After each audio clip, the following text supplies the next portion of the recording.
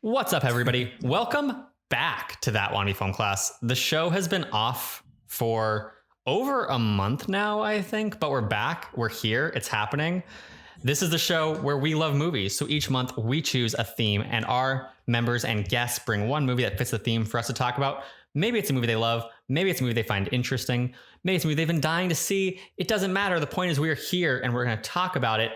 This intro is a lie, which I've been saying for months now. This intro has been a lie for so long, and I never bother to change it because I always forget that it's a lie until I'm saying these words.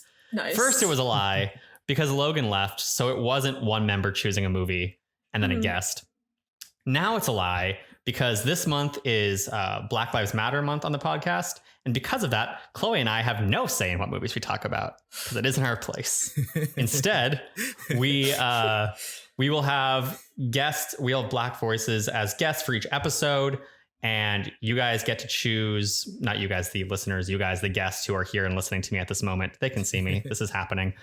They can choose what movie that they want to talk about. So today I am so grateful, and I'm sure Chloe is too, but I'm going to speak for her, to have Bryce Cross and Emmett Watkins here to talk about Blindspotting, a name that I definitely almost forgot as I was doing this intro. Like it slipped my mind 5 seconds before it came back and I was able to say it. We even made a joke about it. I know. Yeah. Look. Yeah, Chloe, how about you host? You want to try this? No, absolutely not. I cannot do that. I know. Thank you. I am, of course, also joined by the villain vixen, the supervillain seducer, the damsel who may or may not be in distress, but it's okay because she's handling it, Chloe Naylor. Hi, Ben. It's been a while. Hello. Yeah. There's one more title for you, and for some reason didn't copy over when I made this, and I forget what it is now. I think that's something to do with grilled cheese. Oh, boy. Yeah. Cheese is a hot topic. I don't know. Oh, yeah. Don't bring that up. Oh, God. I saw that. Chloe, I want you to know that I'm on your side. Thank you. You're welcome. That's like, I think it's on our side too. Like the thing is, like here's because initially I wasn't on your side. For listeners, the debate is if you ask for a burger, do you expect it to be a cheeseburger or a hamburger? Chloe's position is that you expect it to be a hamburger.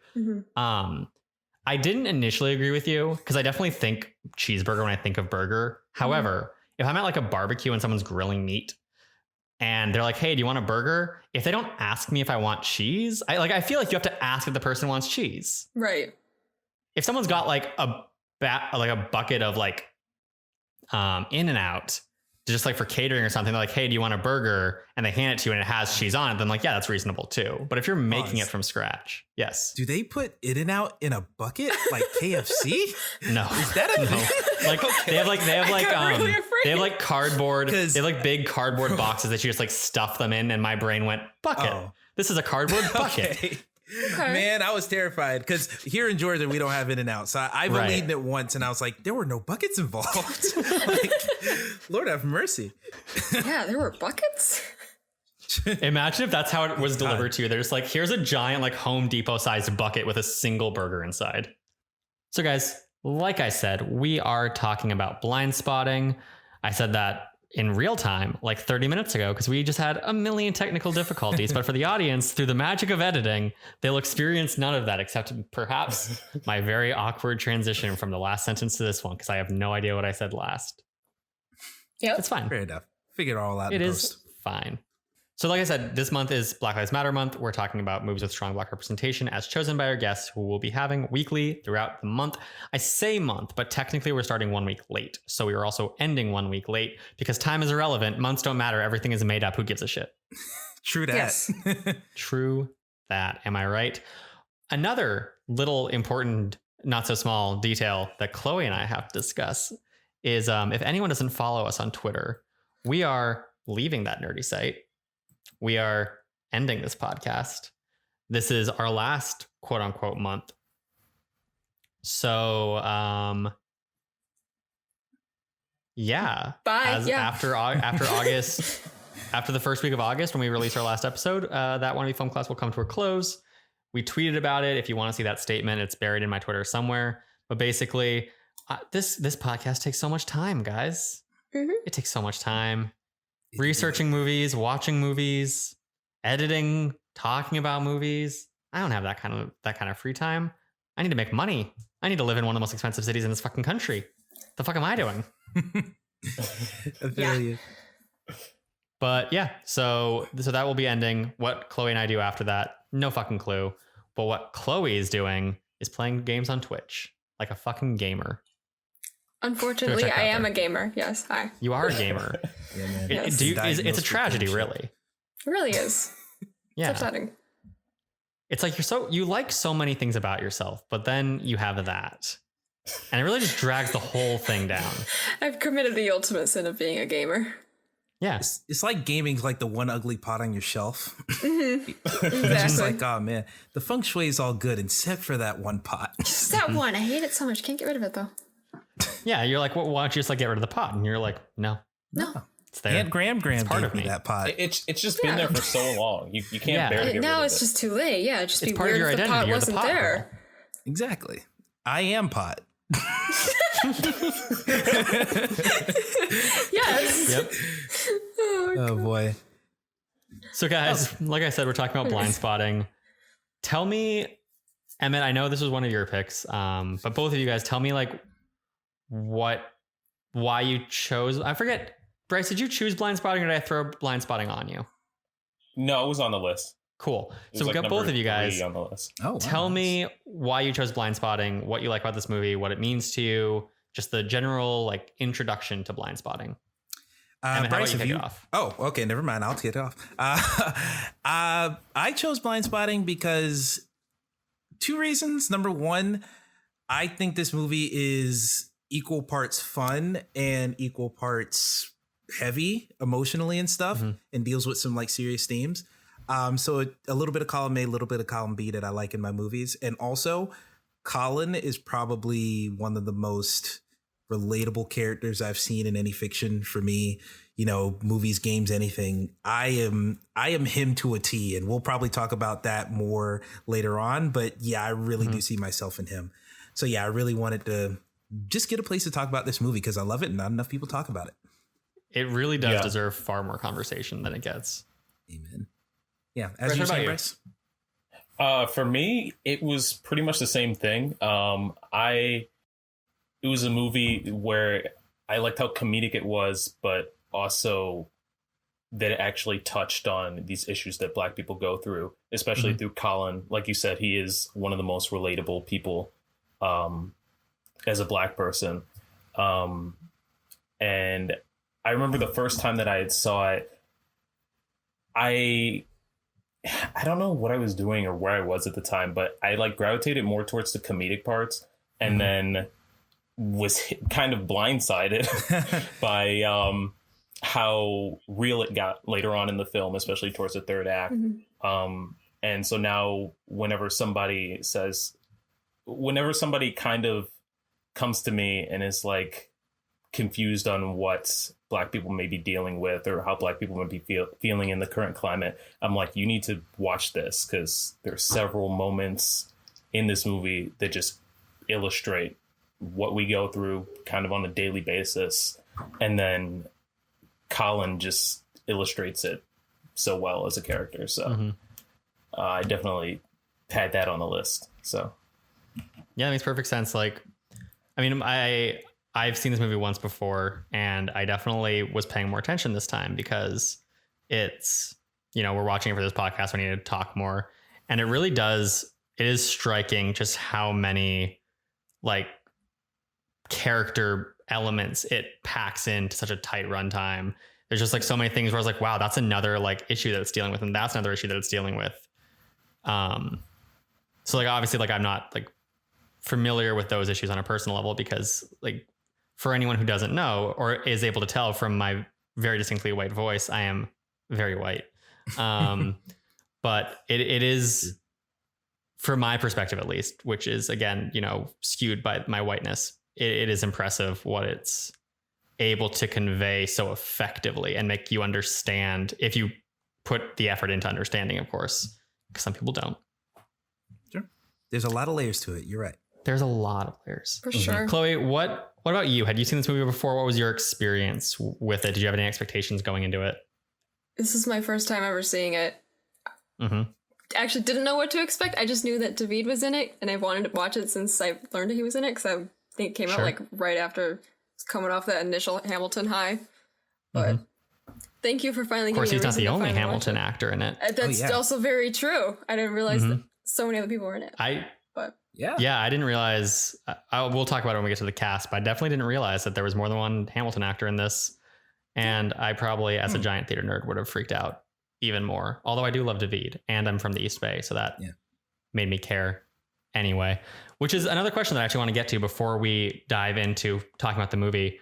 Just for reference, obviously, as I said, I'm white. Chloe, you aren't entirely white, but I feel like you identify as white. I'm basically a white girl, yeah. Yeah, you're white passing for sure, at the very least.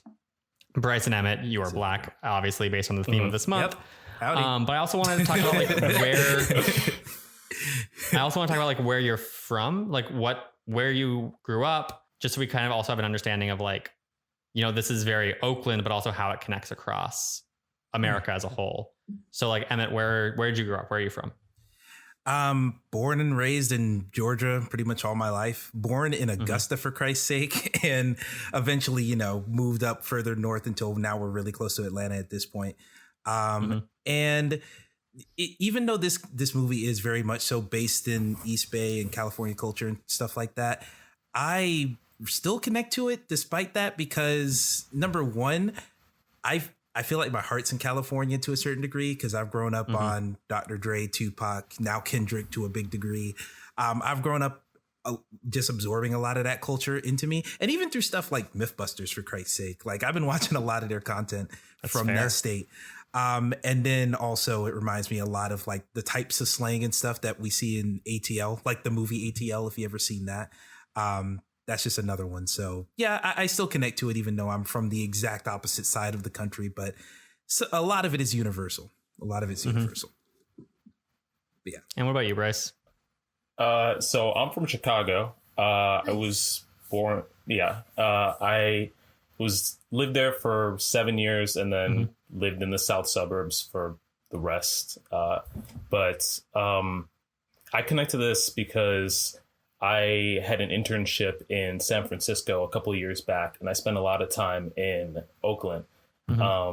So a lot of the things that I saw, the gentrification reminded me of what I saw like while I was there. Yeah. And then also things that I've seen in Chicago happening when I like go in the city and then see places that I had seen as a kid or had spent a lot of time in. And then I'm like, wait, this is different. And this has been changed. And why is this like this now? So, yeah. And then definitely a lot of like, a lot of the slang that was used is, kind of reminded me of my time in Oakland as well. So, yeah. One of my big questions was like, how does the slang play for you? Because like I know there is a generally considered like African-American vernacular English, and I don't know how much of the slang is that and how much of the slang is very much like this is Oakland East Bay slang. Because I know that like for me, when I was watching the sailboat sale scene, half of it I could understand. Half of it I was like, yes, I grew up hearing this. And the other half I was like, I have no fucking clue what you're saying right now. Right. That was like a mix of both, probably. Like, yeah, like kind of like that vernacular that you mentioned, but then mixed with like the Oakland slang. So like I was in the same boat. I was like, okay, I can understand like half of this, we're in the sailboat? Or like 60% of it. That's so cool. I'm sorry, I interrupted you having a serious conversation to make a joke. You good? I was just saying, I could understand like 60% of it. And then the rest, I was like, okay, like, I'm sure if I paused it and slowed it down, maybe. Turn up subtitles on. I had subtitles on. They're like, subtitles were on, and there were definitely things where I was like, I think I get the vibe you're going for here, but I have no idea what this means. Yeah. Did it just say like unintelligible? Like, no, it said full words. It had really? like full, it had full things where he's like, hot and cold and this and that. I'm like, what does that mean? I mean, speaking from my experience, I'm familiar with a lot of the Southern slang, which Some parts are similar. Some parts we have different words for different things. And other parts, like y'all are saying, I could understand the vibe. Like that whole monologue he had when he's selling the sailboat, I understood the whole thing, but not immediately. I didn't get the word, but through the way he's saying it and like the way, just the sound of his voice and stuff. I'm like, all right, I can pick up what you're putting down. So see, that's the thing is like when he walks away and Colin's like, what did you say? And Myles is like, I have no fucking clue.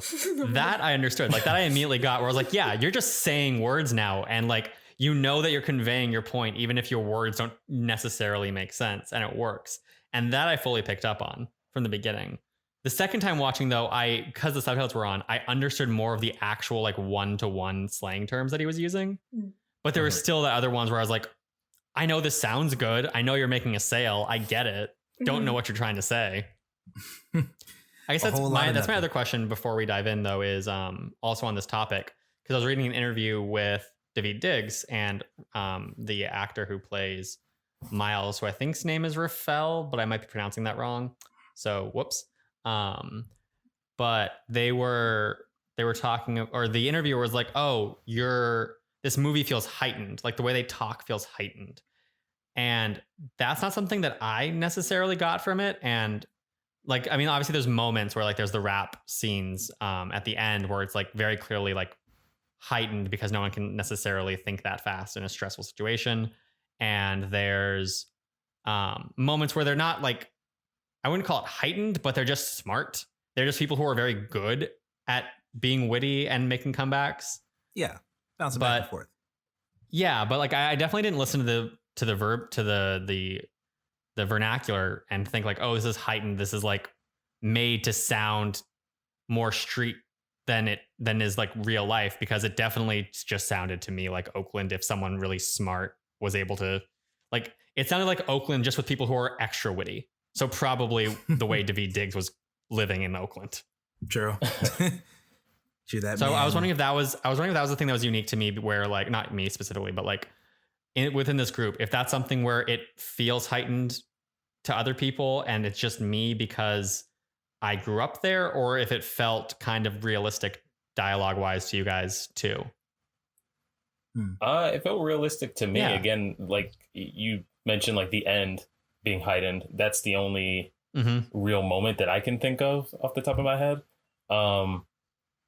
Maybe some of their talking while they're while Colin and Myles are arguing might have been heightened, but aside from that, I can't think of any other moments. Yeah. I'm in the same boat. The sailboat, obviously. I mean, I'll say it's a lot of it did feel heightened, and it's less that it felt like it was unrealistic. It just felt like, man, they are like, you could tell how comfortable, because I know in real life, Daveed and I want to say Raphael, I know they're both friends in real life. So you could definitely tell the charisma between those two, or the chemistry between those two, because they are going back and forth and picking up what each other is putting down just so effortlessly, to where that felt a little bit, it almost felt like unrealistic in that sense, but it's also like, oh, these are friends both in real life and in the movie. So it's a lot more plausible once you consider that. But yeah, that I really like the dialogue in this movie. I think it's really snappy. Me too. Just, you know, it just everything has a nice bounce to it. Everything moves at a pretty accelerated rate because of the dialogue in this movie, especially in that flashback to the fight, which we'll talk about soon. Yeah. So like you said, we will talk about that soon. So let's dive into the actual movie itself. Before we talk about the recap, I'm just going to give some basic info about the cast and crew. This movie was written by the aforementioned Daveed Diggs and Raphael. I'm going to go with Raphael. I feel like that's the way it's spelled. When in doubt, Ninja Turtles. Yeah, I'm just going to go with that. So this is written by Daveed Diggs and Raphael Castle. They are childhood friends who grew up in Oakland and Berkeley, respectively. Daveed Diggs was in West Oakland. Raphael was in Berkeley. And they wrote this script over the course of 9 years, which is a hefty length of time to be working on this. Wow. Yeah. The director of the movie is Carlos Lopes Estrada. He is a Mexican immigrant and Chapman University grad. This is his first feature film after primarily working in music videos and short films. He directed multiple Clipping music videos. Clipping is the group that Daveed Diggs is the rapper and songwriter for. So that's how they got to know each other, I'm assuming. Huh. He's also directed music videos for Billie Eilish, Capital City, Reptar, Goo Goo Dolls, and more. All right. Cool. Upcoming, he's going to be directing a live action Robin Hood for Disney, like an adaptation of their animated Robin Hood. Don't know how I feel about that in any way, shape, form, or going manner. straight to Disney Plus. Well, he's already filmed some in the hood, so. But Hey. it won't be the last that one. was good. He's also set to work on an unannounced Disney animated movie, which I'm far more excited about than a Robin Hood remake. Why does this keep happening? The cast is, as we've mentioned, led by Daveed and Raphael. Again, Daveed Diggs, to go more into his backstory, Daveed is the Hebrew pronunciation for David, and that's how he got that name. He says that his dad gave him 2 E's because he thought it looked cool. Hey, I got 2 E's too. I know the feel.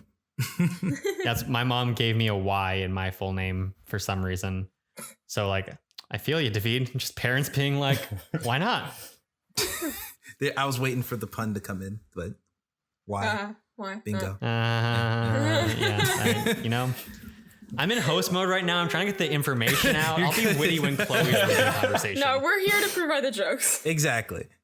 We're bouncing back. Exactly. He graduated from Berkeley High School and went to Brown for theater.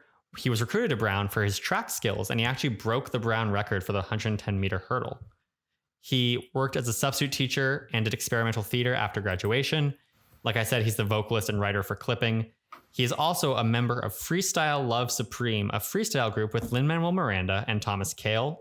Lin-Manuel Miranda, obviously the writer of Hamilton. Thomas Kail is the director of Hamilton. So he had those connections going into that show. I had no clue that this is how all these people are related through freestyling and stuff. There's so many connections. Gee willikers. There is so many connections, and it is truly, truly wild. And like in this movie too, like we're about to get to an actress who's like also from Hamilton. And it's like, well, that's clearly how she got there. Mm-hmm. And then Lopes Estrada comes through the Clipping stuff. It's all over the place. He can also be seen in TV on Blackish, where he plays the brother of one of the lead actresses. He's on The Get Down on Netflix, which my girlfriend tells me is fantastic. I have only watched 1 episode, but it was quite good. And he's also been on Unbreakable Kimmy Schmidt. He now stars in the Snowpiercer TV show on Sci-Fi? TNT. TNT, yeah. TNT. There we go. Thank you. And he has an upcoming role in Pixar's Soul and Disney's live-action Little Mermaid, where he'll be playing Sebastian. I do not know how I feel about that. I don't know how I feel about that at all, but okay. That I like how me and Bryce were like, and then it's just in the corner like, fuck. I just don't. Man, Sebastian shouldn't be a human person. That's just me. But well, I'm assuming he's voicing him. Okay, yeah, but if it's a live action, it's like, what's the approximation there? That's fair. Yeah, how's this gonna work? I don't know. It's just gonna be Lion King, but with like. I didn't like Lion King.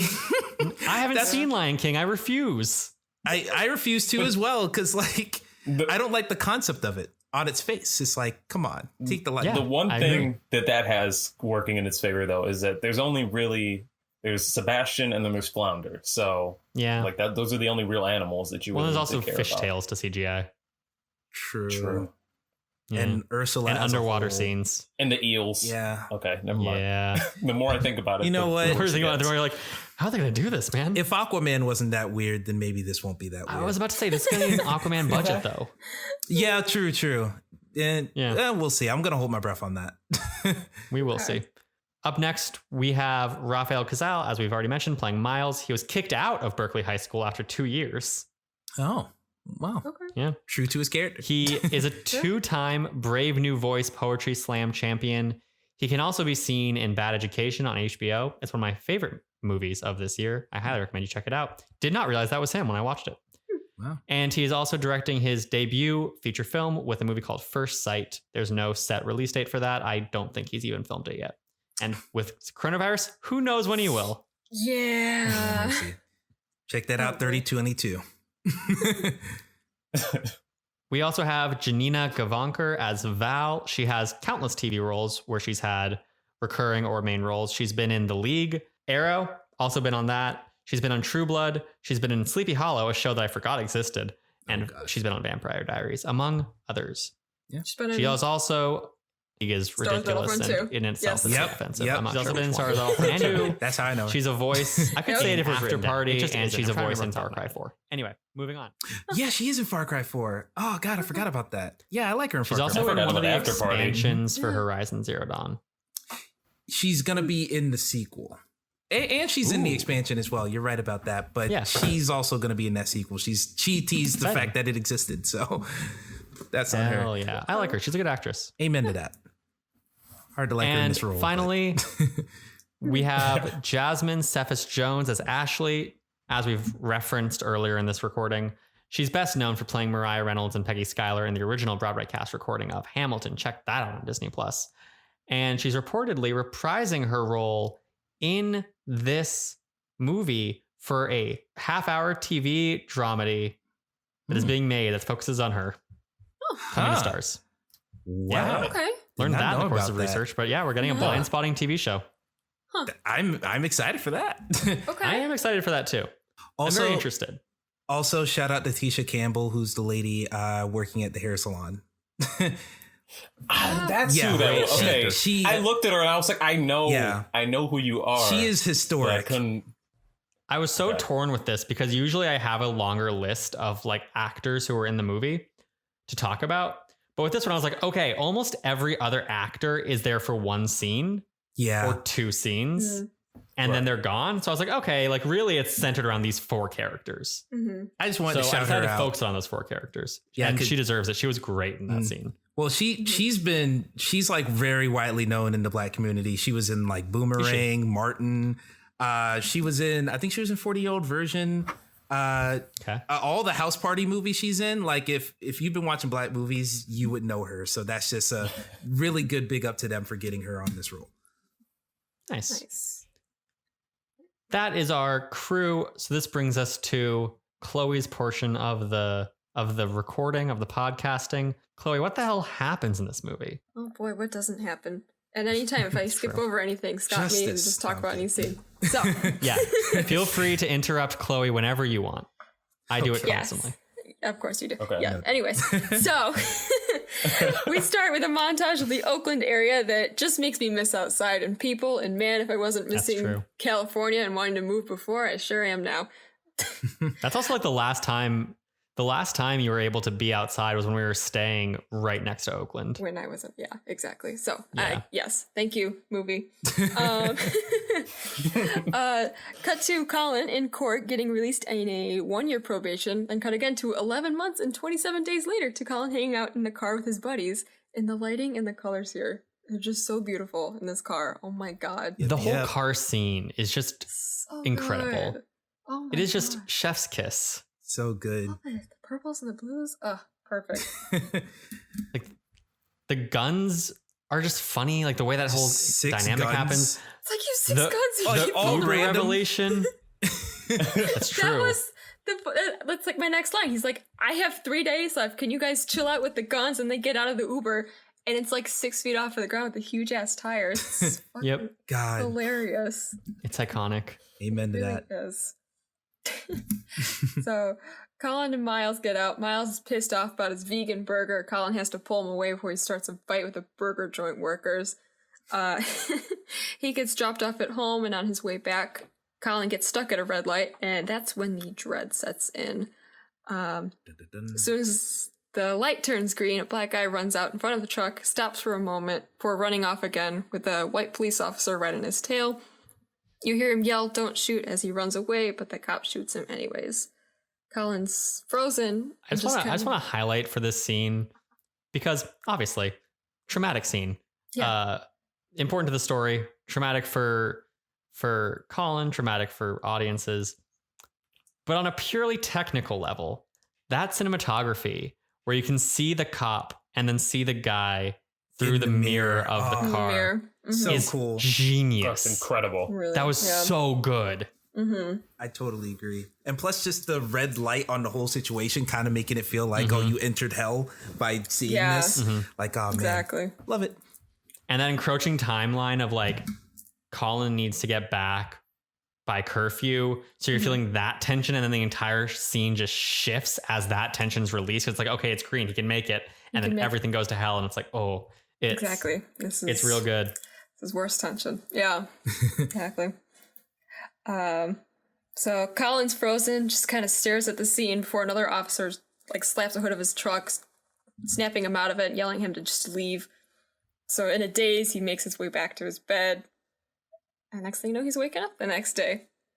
Wait, can I cut in for a second? Go. Do what you gotta do. The scene where he's frozen and he's looking at the cop who just shot the man, like that is so... That raised my anxiety so high. Like just the stare down, I was like, what is this cop about to do to him? And it was just like that just added to the tension and the tone of that scene. It was just amazing. I think. I agree. Like you could see on his face that like the cop instantly knew as soon as there was a witness, he fucked up. Like, right. Oh man, just conveying that, I was like, oh boy, this is gonna be a movie. Oh yeah. And you can feel that dread between both of them too, where it's like the cop realizing what he's just done, and Colin trying to process what he just saw, and like that exact stare down we see repeated at the end, where they are both still grappling with ramifications of what just happened, and you see that entire tension born right there. It's so good. It's so good. Oh yeah, great movie. So he goes to bed. Wakes up the next day. 2 days left of his probation. He goes jogging through the cemetery. Seems to be all right at first until he sees the flashes of the man again and the running transitions. You know, he's just having nightmares and PTSD. It's not great. So fun stuff. We love to see it. So him running transitions into Miles' kid running, Sean, and they're at their house. Colin just hangs out with that family. He tells his friends what he saw, but he's like, "Oh yeah, I'm fine. It's totally fine." Shrugging it off. I'd also like to point out the tough guy thing, where he's like, "Come on," where Miles picks up his kid and is like, "Say, I'm a tough guy. I'm a tough guy." And I love how they're setting up, things that are going to happen later. But yeah, I just wanted to point that part's really good. It is. It's also adorable. Like I know it's like toxic masculinity, but also it's cute. Well, that kid is just cute. Cute kid. Yeah. That kid's like, that's that's like all that, what is it? If no one remembers this at all, but Nickelodeon had a show about Little Romeo, and his little brother looked a lot like that kid. I do remember that. Oh, okay. Well, you're like digging way far back into my memory. I like barely remember this. I think about those shows often. That and the Little JJ show. That just a weird time for Nickelodeon. I just think about that a lot. It's non-sequitur. You know what's weird about the Little Romeo show? I don't remember anything about the show. However, I distinctly remember Little Romeo being interviewed on Nickelodeon because of his show, where he talks about the first time he paid for himself on a date because he had money now. Wow. And that memory is just in my mind. Nickelodeon money. He always had money. I don't His know dad's why. Master P. He always had money. Whatever. No, it was his dad's money. He's now I'm paying for it on my own dime. All right. You make one soundtrack on a Jimmy Neutron album and you think, all right, whatever. It's true. Get you so far. Oh, gosh. Let's see where we leave off.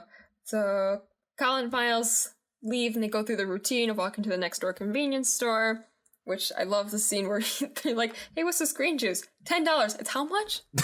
Yeah, that was great. So good. I like that one. Oh, gosh. And then to their job as movers, where the receptionist, Val, is Colin's ex-girlfriend. Oh boy. And as it transitions there, we see a shot of the Oakland/San Francisco skyline and the bay. And we see my favorite iconography of the East Bay, which is the AT-AT ass things. I don't know if you noticed them. Yes. But there's these cranes on the docks in Oakland that are these standing creatures. And as a kid, I always looked at them and went oh, AT-ATs from Star Wars. Thing is, those actually are what inspired AT-ATs in Star Wars. Wow. George Lucas lives in the Bay Area. Wow. I guess life imitates art. That's awesome. Or other way around. It's cool. So it just always makes me excited because Because like there's a lot of movies that's set in San Francisco where they're like, this San Francisco thing and this San Francisco thing. I didn't really go into San Francisco as a kid. So for me, as a Bay Area person, when I see like those, that's when I'm like, yep. Yeah. Hella Bay pride all This is my throughout this culture. movie, certainly. Mm-hmm. The Oakland shirts, everything. It's great. Amen. Very Oaklandy. Oh gosh. So let's see. There's some awkward banter with Val, then the boys are off to move some boxes. They do that.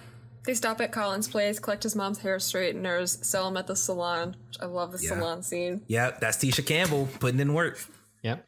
So Salon good. scene's great. I love the mom scene too. Oh yeah. She's just there laying down some hard truths. Mm-hmm. Yeah, Love his that's mom. yeah. That she reminds me more of my grandma than my actual mom, but like, yeah, that's the vibe. That's a black mom, all right. Yeah. Definitely. Yeah. Like I walk in, there's like just this little Asian kid just playing the violent ass video game. Okay. I see you. That was so funny too. I know, it was so And weird. the what does he call it? Crap! I swear I jotted this down somewhere. Oh no! It was like the Mugosaurus. That's it. Yeah. Oh yeah, drinking out of like his little clay mug that he Oh made yeah. in grade Yeah. school. And he's just like, Mugosaurus? No. That So I don't know. Every time I see like fake video games in movies, I think about. I just think that's like the weirdest thing because I'm like, you couldn't get like, you don't have to go to a big company. Just get like some indie game you can play. Let him play Hotline Miami. That doesn't There you cost go. anything to put in the movie. But Exactly. but I feel like that won't play as well to audiences of like seeing kind of like top down kind of pixelated violence over seeing like double wielding guns True. mowing Fair. shit down. You know You just what? gotta get like Yeah. Doom or something, yeah. I Do you mean, think there's a company whose sole job is to create video game looking images for movies if where they're that's like, the we don't case- need a game. We just needed something that looks like a game that's Yes. violent. if that's the case, the only two projects they've had is this movie and Inside Man, the Spike Lee movie, because a kid was playing like this horrible GTA clone on a PSP in that movie. It's one of the only my things God. I No, but I feel like remember. there's other ones. I feel like I have other images in my head. Shit. Grown-ups. Oh yeah, Grown-ups. Oh Yeah. Yeah. Gosh, I forgot that movie existed, but you know what? That movie isn't actually that bad. It's not that bad. It's not terrible. exactly. Grown-ups 2 is hot trash. No, don't talk Fair. about that one. Grown-ups 1. Yeah, I do Anyways. stand. Yes. Indeed. Blindspotting though. Yeah. Oh, movie. Yeah. So they're selling the hair curlers.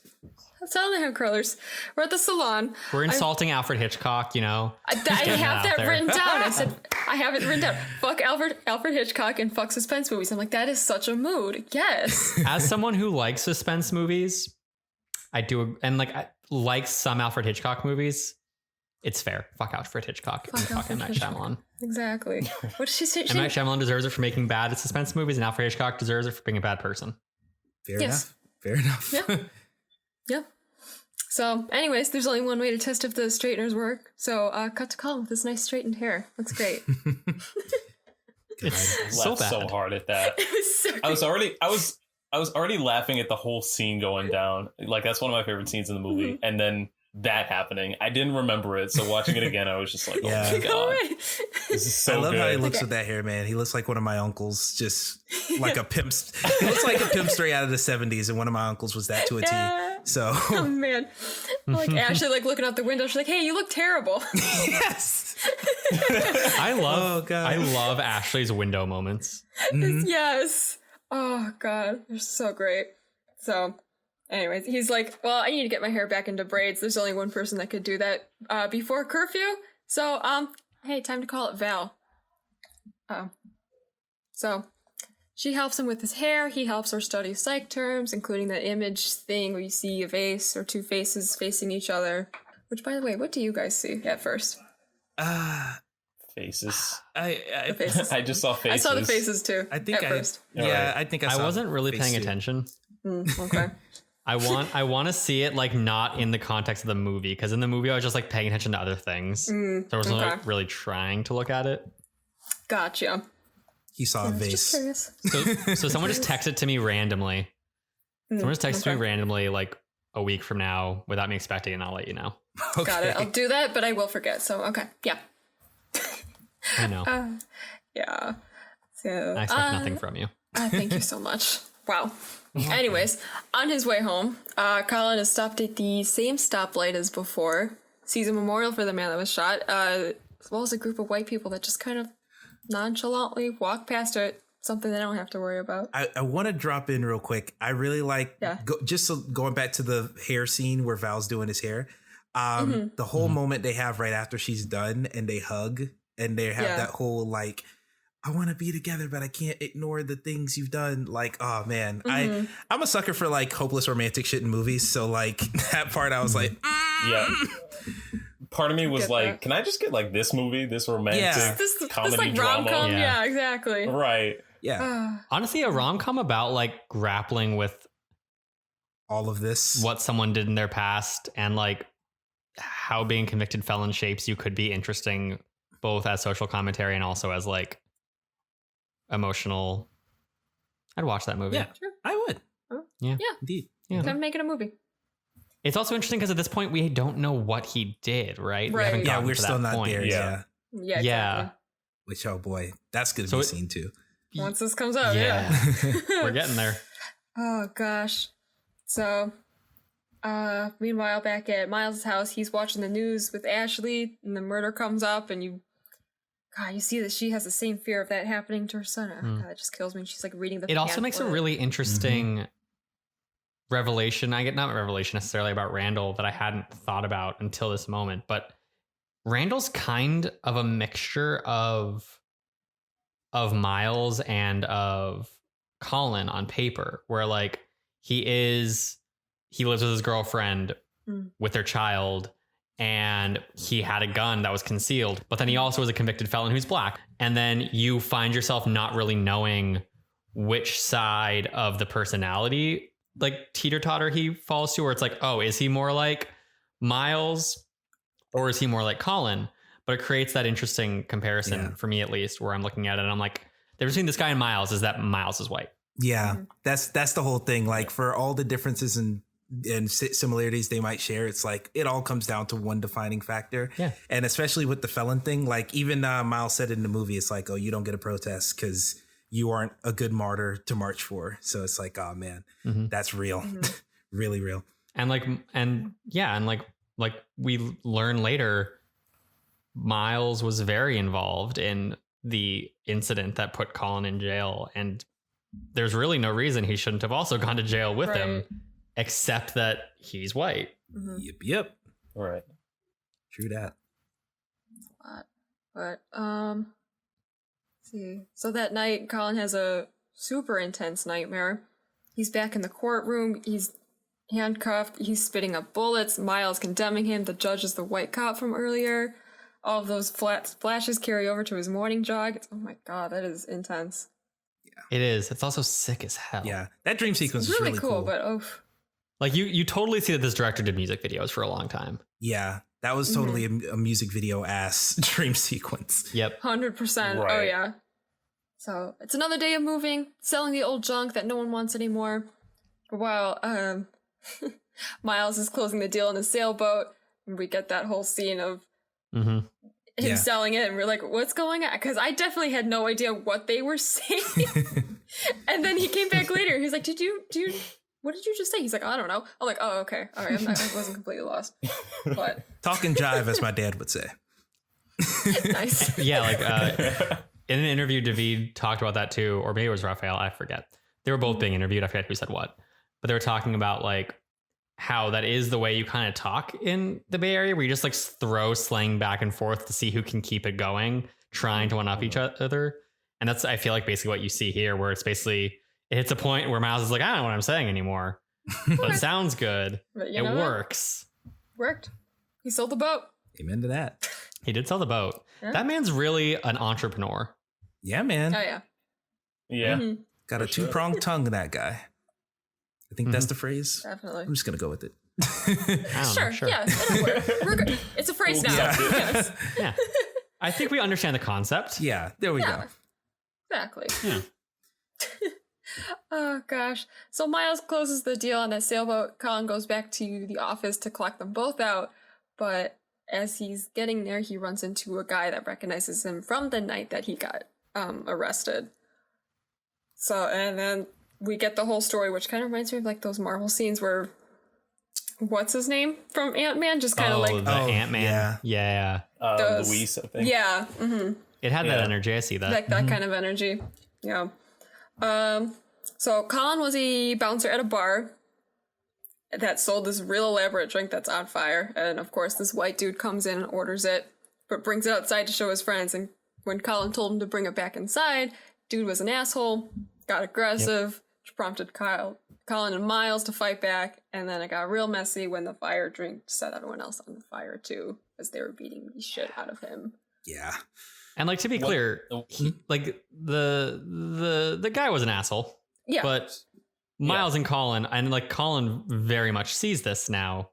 Like, they went so overboard, especially because Myles didn't get involved when it was like dangerous. Myles got involved when Colin already had the guy on the ground beating the shit out of him. Yeah. That was a lot. I have something to say on that, but Bryce, you were gonna say something.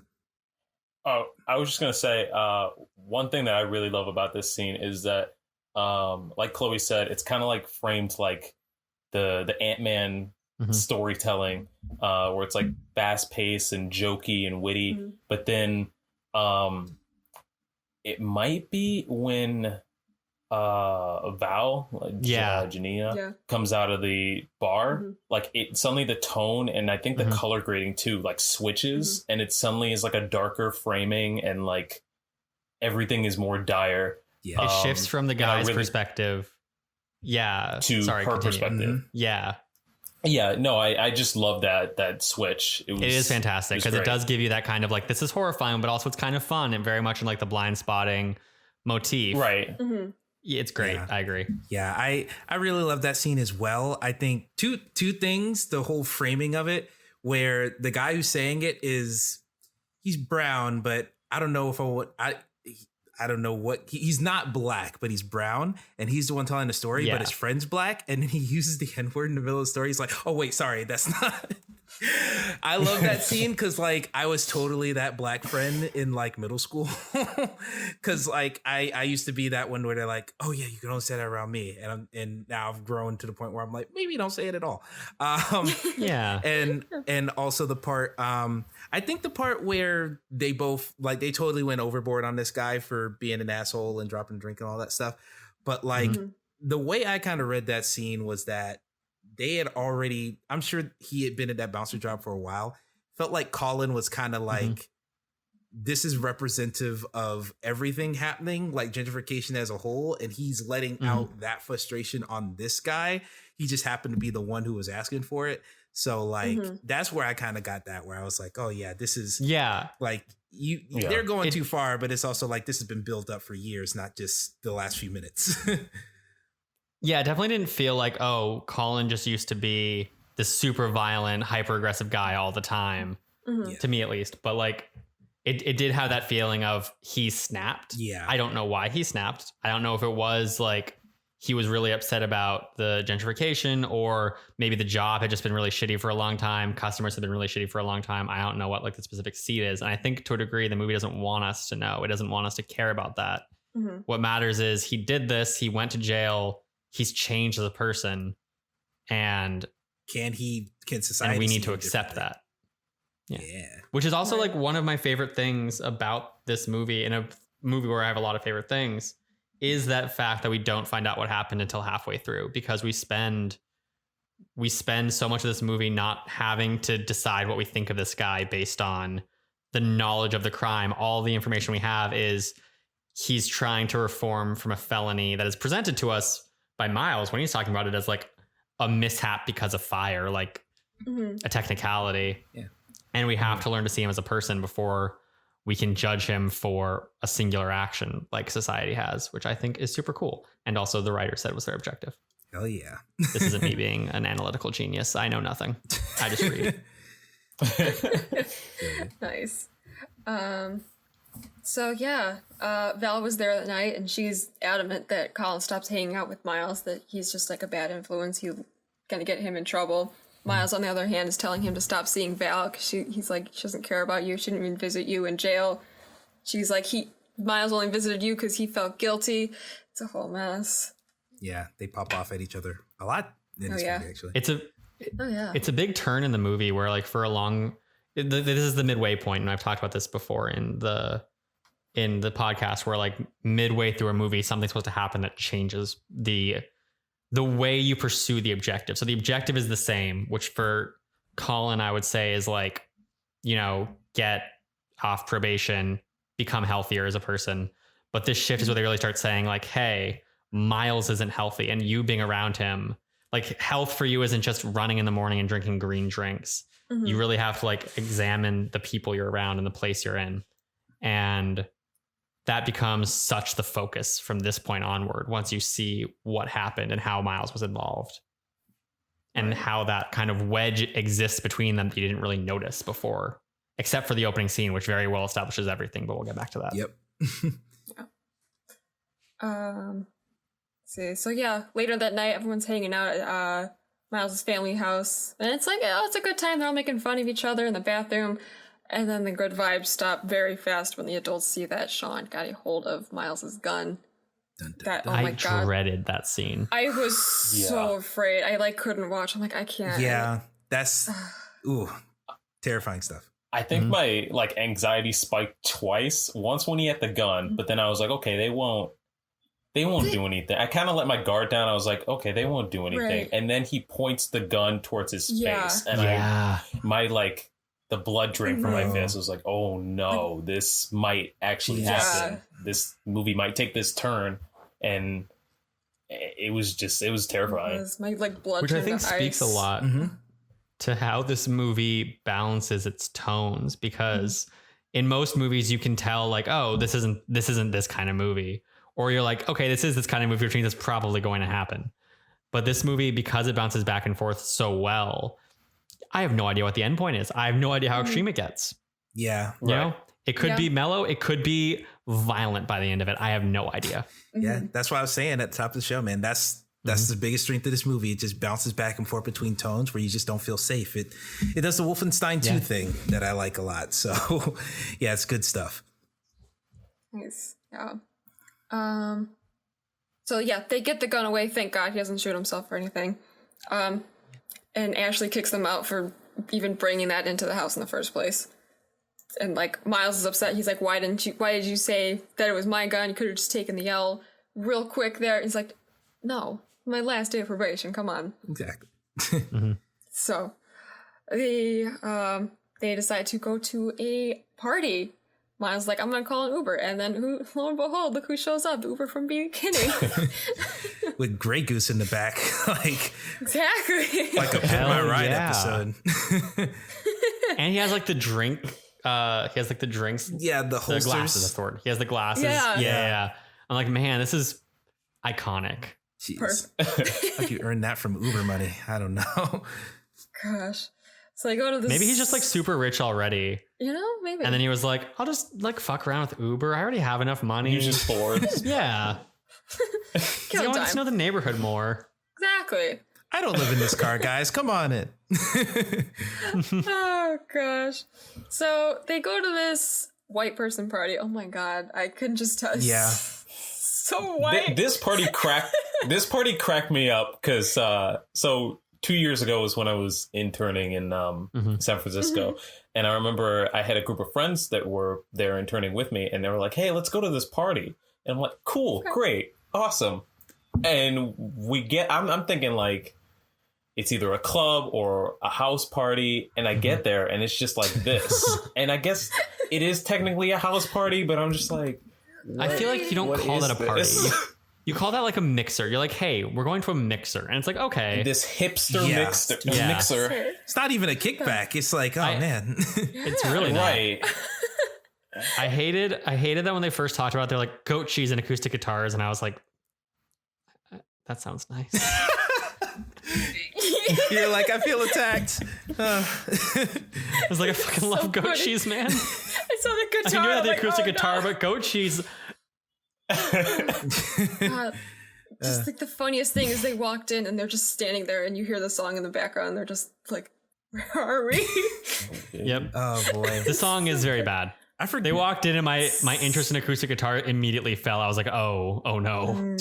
Yeah.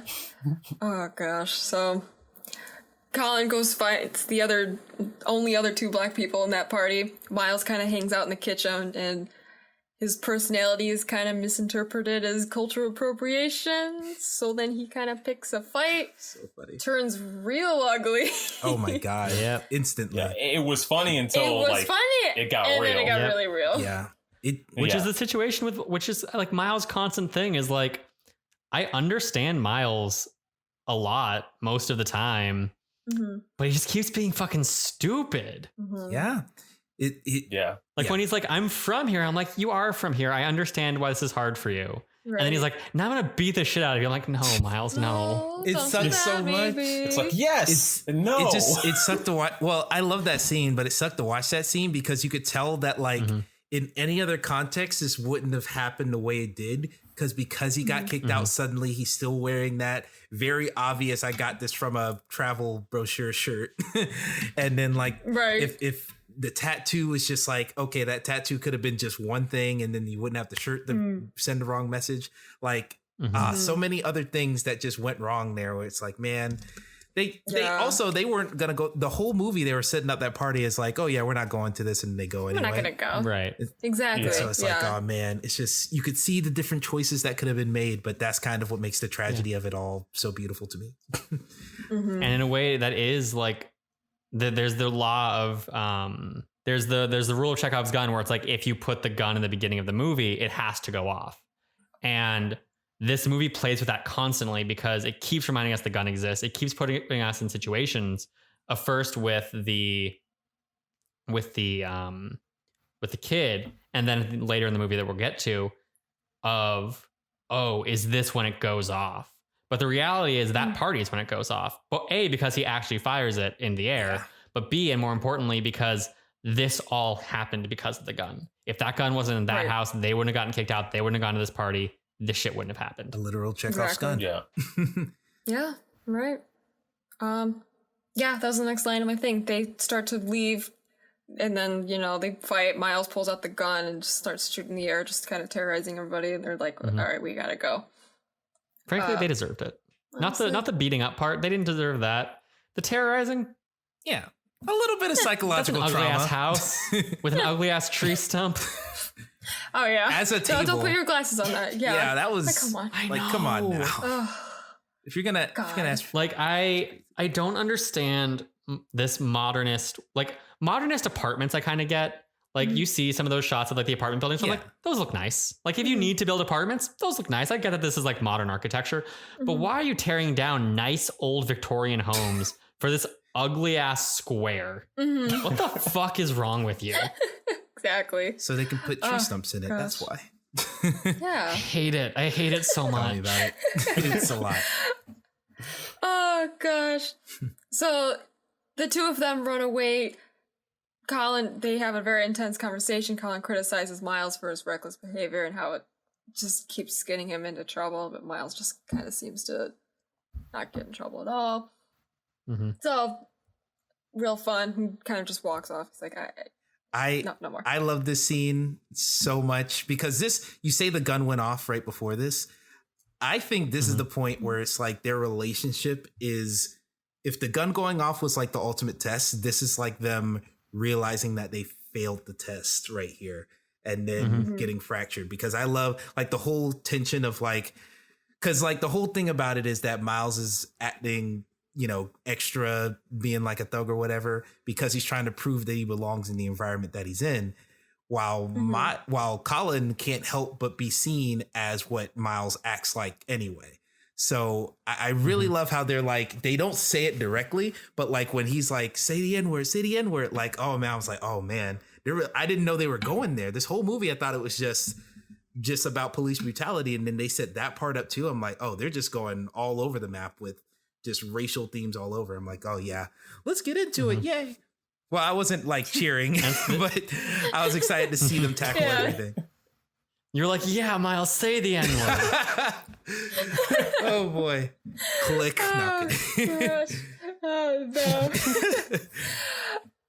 Oh man. And I think it's at this point that Colin calls Val, right? And just kind of talking. He's asking how her studying's going. They bring up the vase face thing again. She came up with a little word for it, called it blindspotting. They said it. They said the thing. I said that exact thing. I was like, they said the thing. Time for the credits to roll. Exactly. Just movie's over. And that's when Colin asks her, like, when you see me, do you only see the fight? And then she like doesn't answer, and he's like, all right, got my answer. Bye, Val. Heartbreaking scene, but it's really... It is. But And I love that each of these characters feels understandable. It's never like, oh, Val's a bad person, or like Colin's a bad person. Obviously, Colin's not a bad person. Or Ashley's unreasonable, or Myles is bad. It's like Myles is unaware of his privilege and he's an idiot, but his feelings are understandable. And Colin obviously is understandable. And like Val's feelings about like, I loved you and I still kind of love you, but also I can't get you beating someone on the ground out of my head. And I'm like, I get that. yeah. I feel like it'd be hard for me to be with someone if I have that image in my head when I see them. Val, once again, this is why I relate to this movie so much. Val reminded me of so many friends I had in grade school, where it's like, how do I say this without offending any of my friends that I had in grade school? They're not listening to this. It doesn't matter. Like, even if you go back to like when she's braiding his hair, her whole thing about like, oh man, if only you could get rid of all of this hair, and like just subtle things here and there where you could tell it's less that, yes, she has a problem with him beating up that guy at the bar, but it's also like, you probably just have a problem with how society sees Colin in general, and not in a way where it's like that's why it's just one of those ways where this movie shows that like racism isn't a on and off switch. There's like degrees to it, and she's very much so on like the bottom of those degrees, but she still has just enough to where it stops her from being with this person that she still truly loves at the end of the day, that, or at least I felt that way. So I was like, man, again, I'm white. I cannot really speak to this, but I definitely felt that too, where like she said the thing about like, oh, if you just cut your hair, you'd be more like, I think presentable or something was what she said. And it is that thing of like that idea that you have to be more white to be acceptable by society. And like Colin starts code switching out of the way he talks when he's around certain people, and Myles doesn't, and Myles can kind of get away with it because Myles is white, and Colin has to because he's now a black felon, and she's like pushing him to do this, but he like, I can't really speak to it that much, but I definitely see what you're talking about. I love that subtle little thing there they put for Val's character, where, because the first time I saw this, I was like, oh man, Val's the villain, but I like Janina. But watching it again, and I've seen it a couple times before even now, but watching it again, I was like, yeah, this is, I like how they're putting some empathy in there. So it's not like she's all bad. It's just like she just can't get over her biases there. Yeah. It's like I understand the theoretical idea of I can't get this image out of my head. I can't be with you. Right. But also there's clearly other things going on that she's not recognizing because she's focusing on, I see this in my head. Yeah, exactly. So yeah, good scene. But there's another good scene coming up. Oh, yeah. So yeah, there is. Probation's over. Colin he's free now. So continues on with his moving job, but it's obviously still troubled by the murder that he saw. So him and Myles go off to their next moving job. It's this, this lady, nice lady and her kid just leaving. She's like, oh, his husband's in there somewhere. Just grab the boxes and whatever. And like, as they're grabbing the last box, Colin's like, oh, I left my jacket. I'll go grab the last box. And I'm just like, I was so afraid. So afraid. I'm like, I don't know who the husband is. And then he looked at the picture and was like, oh, wait. I was afraid even before then, because he gets to the house and the woman is leaving and she's like, oh, the alarm like goes off, but it's no problem. And I'm like, the alarm is going to go off and someone's going to pull up. The cops are going to show. Something's going to happen. Maybe the cops will show up and maybe see him like without his moving gear on, and then he's like, "Oh, I forgot my my jacket or my coat, and I'm like, oh, this is where it happens. Like they're about to see a black man with a tank top on and just walk in and automatically assume that he's trying to rob them and pull the trigger. But I fully believe cops would do that. However, I don't want to say love, because like in real life, like in reality, I don't. That's awful. But the idea I find very funny of cops walking into a house that is basically empty and being like, this was robbed. This completely emptied house was... You stole everything. Was robbed. Everything is gone. What kind of master criminals are these? Oh, man. Nor the moving truck outside. But yeah, no, that was my exact same fear. There's been more obvious signs that have been ignored in real life, so Yes, that's true. Yeah. But yeah, that's why I'm like, I know this would happen, but it's still that's like a Looney Tunes stupid. ass situation where it's like they stole everything. Everything. Good God. Wow. Daveed Diggs rips off his head at one point and he's just like, I'm Bugs Bunny. Welcome to Space Jam 2, guys. Yeah, what's up, cop? Oh my gosh. Exactly. But yeah, so none of those things happen. He finds a picture and goes kind of exploring in the house, walks into a room, bunch of cop gear. There's a Blue Lives Matter sign on the wall, and it's the white cop from earlier. So yeah, he turns around, he sees Colin. He like almost goes for his gun, but then Colin pulls the gun that he got from Myles on him. And it was just like, hey, you're gonna fucking listen to me. And oh my God, does he go off, I guess. Yeah, he spit some hot fire while spits. toting hot Did fire. you guys ever think someone was gonna get shot during that? Like, did you think he could get shot? Do you think he was gonna shoot the cop? Absolutely. I think there was a point for me where I thought that Colin might have gotten shot, because there was a part of me that thought that even though Colin was burying his feelings through this rap, that maybe the cop wasn't listening or was just waiting for an opening to go for his gun. And I was like, this might turn tragic.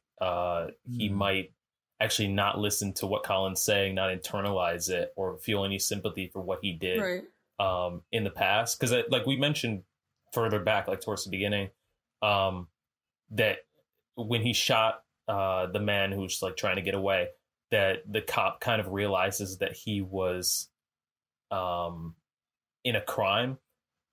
But while he realized that, I was hesitant to really think that maybe he felt sympathy for it. Like I didn't know if he felt sympathy for it or not. And then even so, like during this scene, I was like, does he still feel bad or upset about what he did? And then later on, as the scene progresses, you can actually see it in his face as Colin gets to him and closer. But I definitely thought there were a couple scenes where I thought that Colin could have gotten shot. So okay, yeah, I never thought Colin was getting shot. I never thought that, because like even if this movie does go to dark places a lot, I never for a second thought they would go as dark as to kill the main character.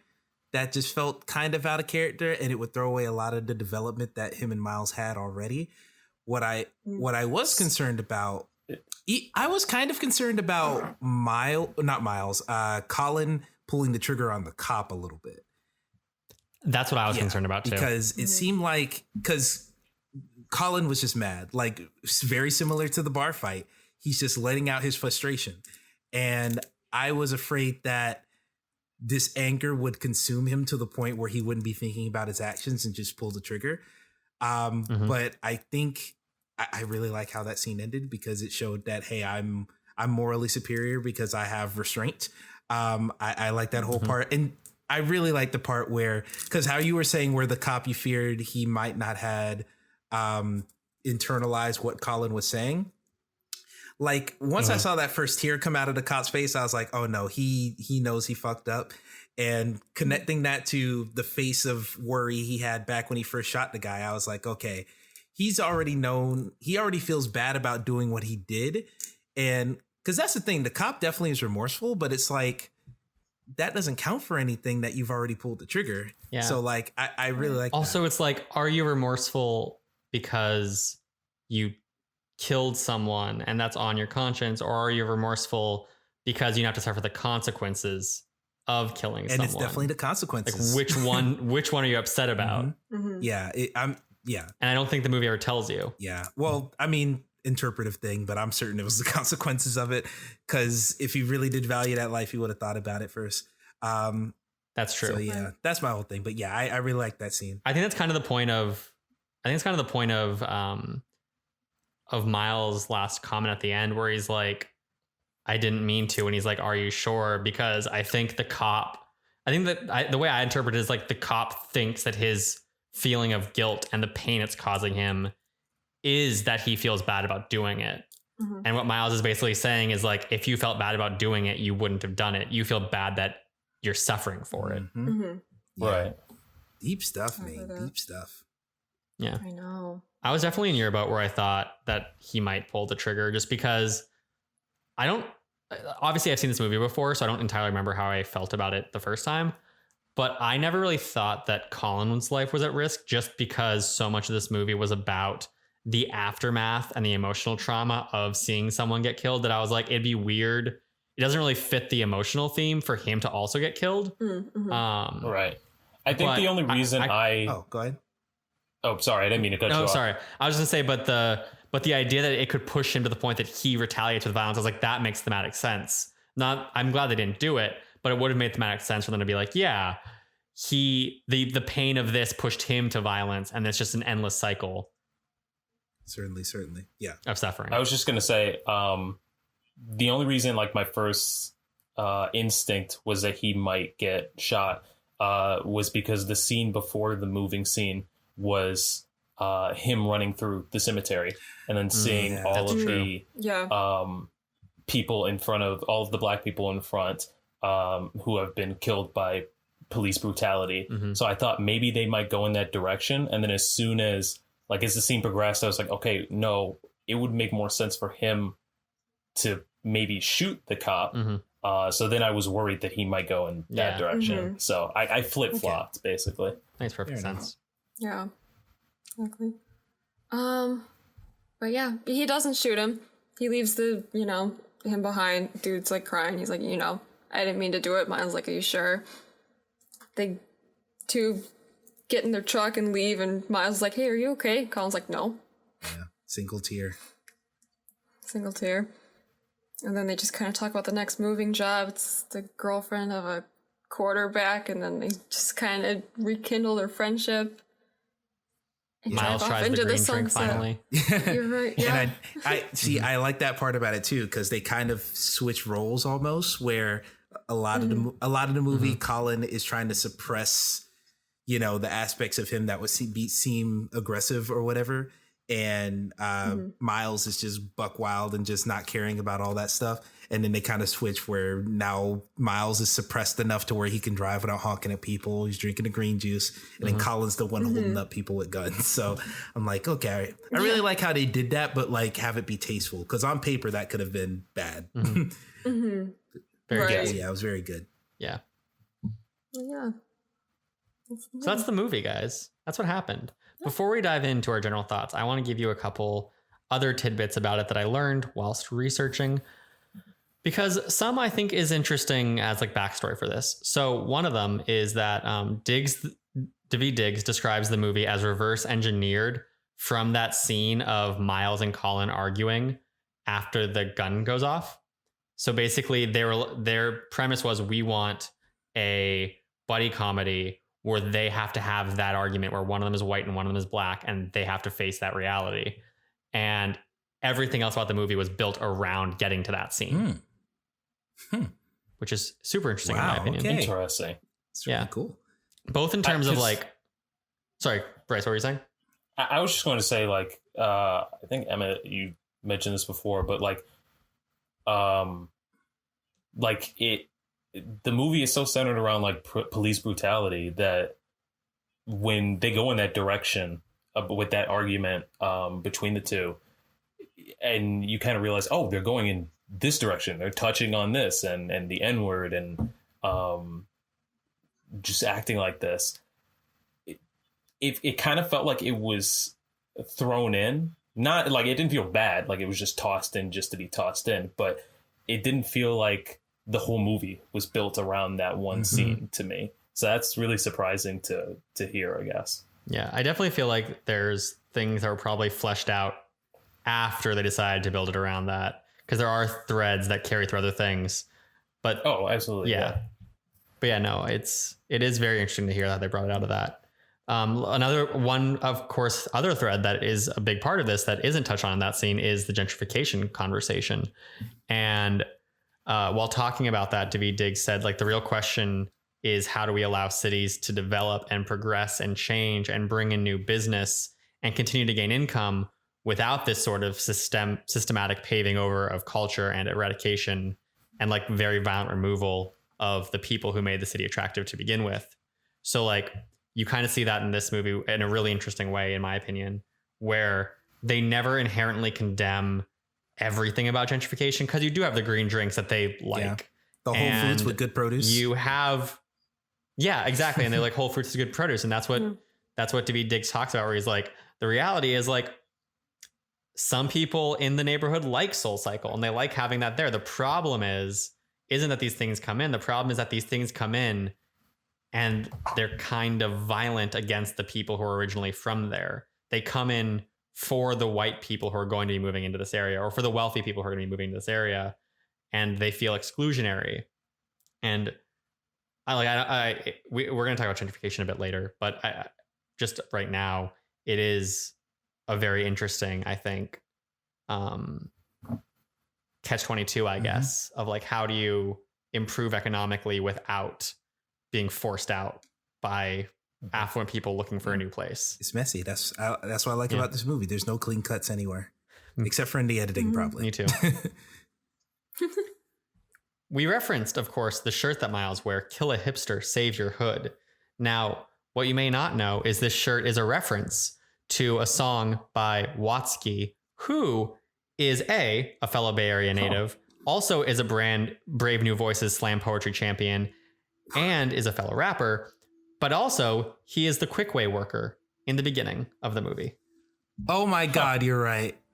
All right. Oh man, because I've seen Watsky before, but I never just over my head all of that.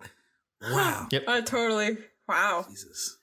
I didn't know he was in this movie, but I was like doing research and I was like, oh yeah, like there's that kill a hipster, save your hood, because it references it in the Wikipedia. So I made the note of this, and then I was watching the movie and it cut to his little cameo and I was like, fuck.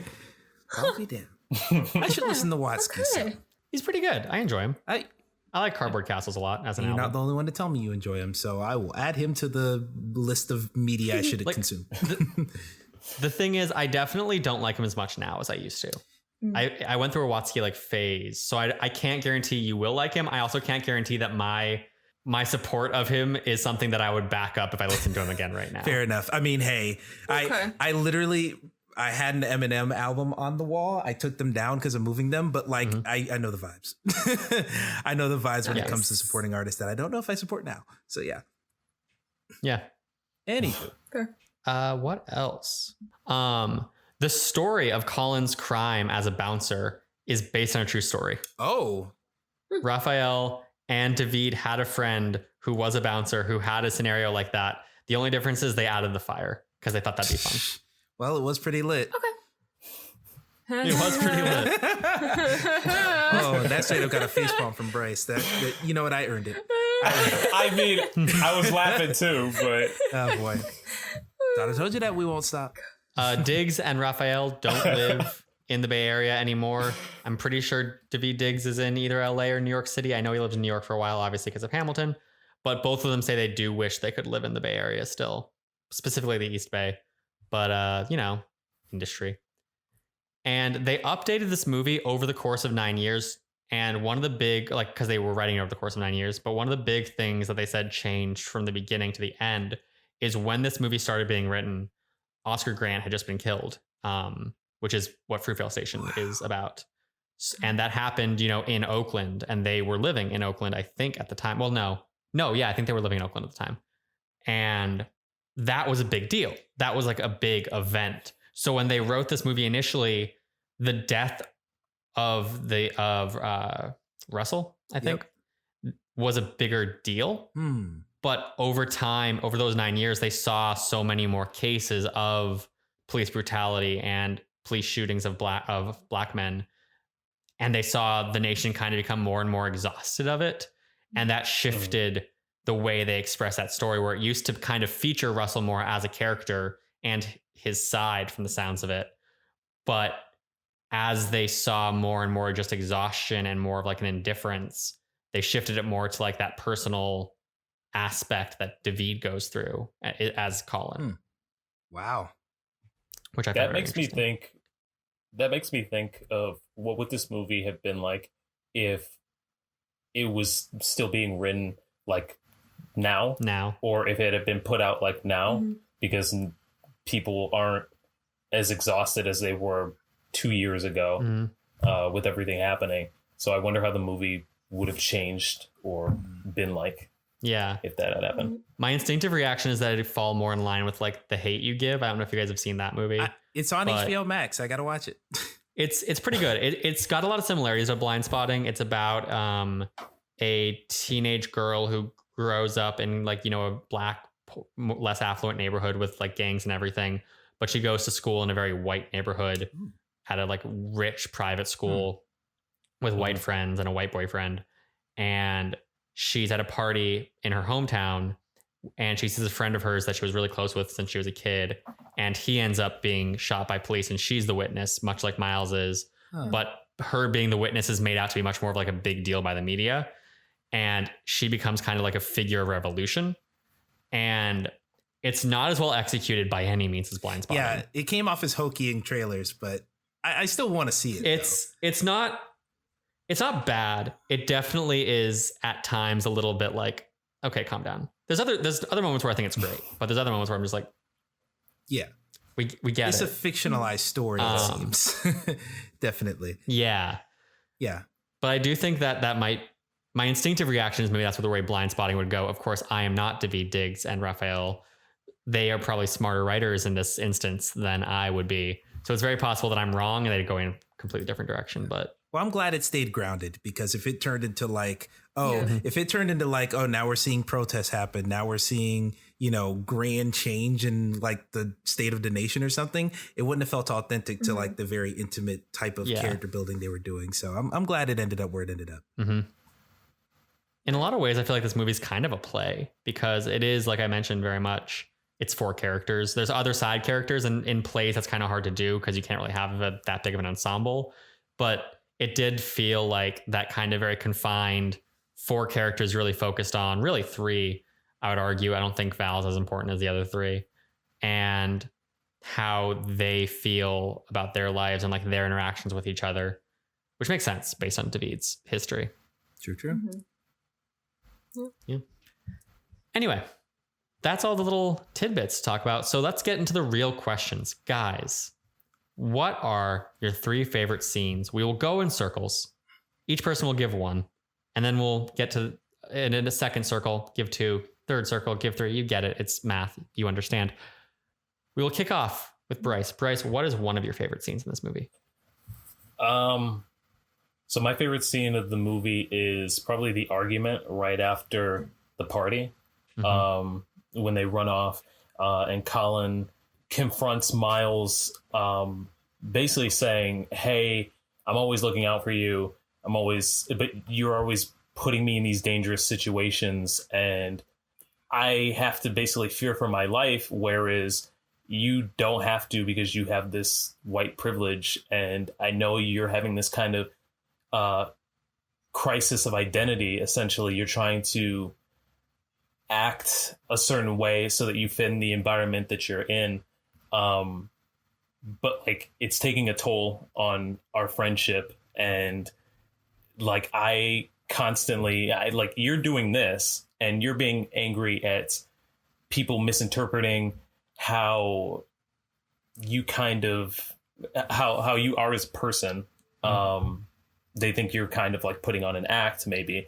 Whereas like, I'm just trying to survive. Like, people the cops and people on the street see me and think danger, or he might do something bad. And you can just see all the hurt and pain and frustration between the two all coming to a head.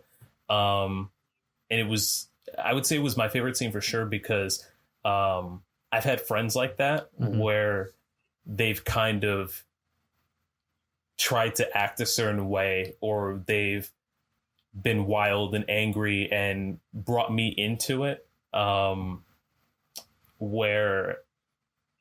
then I have to kind of not only fear for myself possibly getting in trouble just because I'm involved as a black man, but like also trying to get that, like now I'm worried I have to try and get them out of trouble. So yeah, so it was a very real moment for sure, and I really enjoyed that it came up, especially when he says like say the N-word. Like that's like, oh man, he said the quiet part loud right there. Right, like that's something that, like, I don't know, Emma, if you can like speak to this, but maybe that's something that we might have wanted to say to somebody at some point, like who has been right. So it was just a very real moment to me for sure. Yeah. So how many other people have that on there? That's my number one, probably. I'm going to talk about other scenes. It's on mine too. That's probably my number one. We'll have it. Because it's like it's just very cathartic to see that conversation be had. Because it's like, oh, okay, this isn't subtext anymore. It's the text. So I'm like, yeah, let's get into it, as a certain YouTuber would say. It's also, it touches on.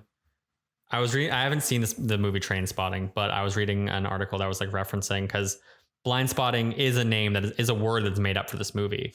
And yes, it references the vase thing, but it also, I think, purposefully references Trainspotting. And from what I understand about Trainspotting, I don't know if anyone here has seen it. Heard of it, haven't seen it though. It's about a bunch of, it's like Ewan McGregor's in it. It's about a bunch of white people in Britain or Ireland, the British Isles, kind of like bumming around and doing drugs. And their whole ethos is like everyone has some kind of drug, whether it's capitalism or cars or like, and ours is just like life, and they do heroin. And I think the argument that the article I was reading was making, which I forget what site had it, I should have remembered that. But the argument it's making is like, this is kind of a criticism of that, where they're allowed to do that in Trainspotting because they have the privilege of being white, and the article basically describes it as like, it's the privilege of not having to choose life. Like in Trainspotting, they're like, they say we're choosing life. But like when you're white, when you're Myles, you can do whatever the fuck you want and you have life. Right. And for Colin, it seems like he doesn't have that ability. He has to make conscious choices to maintain his life, and he can't make the choices that Myles is making. Yeah. He's almost literally shackled, as you saw in the dream sequence, by society. Yeah. I like that one a lot. Or I don't like the situation, but I like that scene a lot. Yes. Yeah. Chloe, what about you? What's one of yours? I think it was the second or third Nightmare, the one that was shot like a music video, basically. Yes. Dream sequence. Or excellent. Dream sequence. Yeah. Yes. He's like spitting up bullets. The jury's everyone's like all shackled. He's shackled. The judge is the cop. It's, oh my God, it's like freaky, but it's really cool, but terrifying. Very true. Very true. Yeah. Yeah, that was one of mine as well. It's super, super dope. It's shot really well. It's weird. I don't know how to talk about it, and yet I feel it, if that makes sense. Like, I feel like the emotions and like the subtext that scene is trying to convey, hits me and I get it. And yet I cannot verbalize it. I have no idea how to put to words why that works, what I take away from it. It's definitely one of those scenes where just watching it, you instantly understand the feeling it's trying to convey, especially with not only like spitting up the bullets throughout, but like the fact that he swallows them all back at the end of the scene. It's like, oh, he can't get out of this loop. It feels like something that's just like, it's inevitable, like this punishment that's coming towards him. It feels like he's just constant. So yeah, I really like that scene as well. Not my favorite. Well, besides the one we just talked about, I have another scene I want to talk about. But yeah, I really enjoy that dream scene. So what about you, Bryce? What's one of your second favorite scenes? My second one is probably the end basement scene. So actually, so I was watching this movie, and I know you had on the notes the 3 favorite scenes. So as I was going through the movie, I was like, okay, like I'll just write down scenes that I like. And so I wrote down like 6 or 7. So the dream sequence is on there, but it's like number 6. And it kept changing and fluctuating. But then we got to the end, and that scene where he finally confronts the cop and gets in his face and just does this free flow rap of just shouting his feelings and how the cop's murder made him feel, how it makes all Black people feel, and trying to make him just feel remorse for the situation. And then one line actually like really stood out to me, which like shot it up to number 2, which was he put, "How come every time you come around, I feel like a monster in my own town?" And that was just kind of, I felt like that was just really indicative of like, that's a bar. Yeah, everything that he went through. Like there were multiple times where he was fearing for his life because he was on parole basically, and he would see either the gun and then get anxious, or he would see a cop car, and then even towards the end, a little bit before this, where the cop kind of like rolls up behind him, and then he has to turn around, and the cop flashes the light on him, but then doesn't decide to do anything. It like, you just see these moments of always fearing for his life, trying to do right by society and work a certain way, because he doesn't have that privilege. And in this moment, he is just kind of shouting out his feelings of not only how the murders make him feel, how this man made him feel, but also like just his frustration and his tiredness of living, like continuing to live like this in the world. So I loved it. I love that scene. Amen. Yeah. Good stuff. Also, just because like you don't know if he is going to shoot the cop or not. Like the tension just keeps rising. So intense. Is he gonna pop or not? Who knows? But yeah. What about you, Emma? I like we're already talking about a lot of the heavier scenes that I really like. So one that I want to show, you know what? I'll save one of these for favorite character, because that's something else. Okay. But I really like the scene in the beauty salon where they're trying to sell the flat irons. I love that. That was my number 3. Yeah, that scene's so good because it's not only showing like just the slick talk. I love that slick talk stuff that Myles does. Like that part's cool. Of course, Tisha Campbell's just great. I love her in damn near anything she's in. And it just reminded me how I've been describing this movie to people who haven't seen it. I describe it as Friday, but kind of serious. And that scene is like the biggest connection in my head to the Friday movies, where it's like, well, fuck, I need to watch Friday. I mean, they're not as dramatic as this at all. They're almost straight comedies. Yeah, no. But but just like based on this scene specifically, if you can give me a movie that just feels like this scene, I'm so down. The first Friday has Chris Tucker. So imagine Friday for sure. Imagine just a bunch of slick nonsense coming out of Chris Tucker's mouth. And then in the other movies, it's Mike Epps, which isn't as funny, but he's still good. Anyway, it just reminds me of that lighthearted, like, yeah, we all struggling, but like there's some jubilance here. There's some fun that we can have here.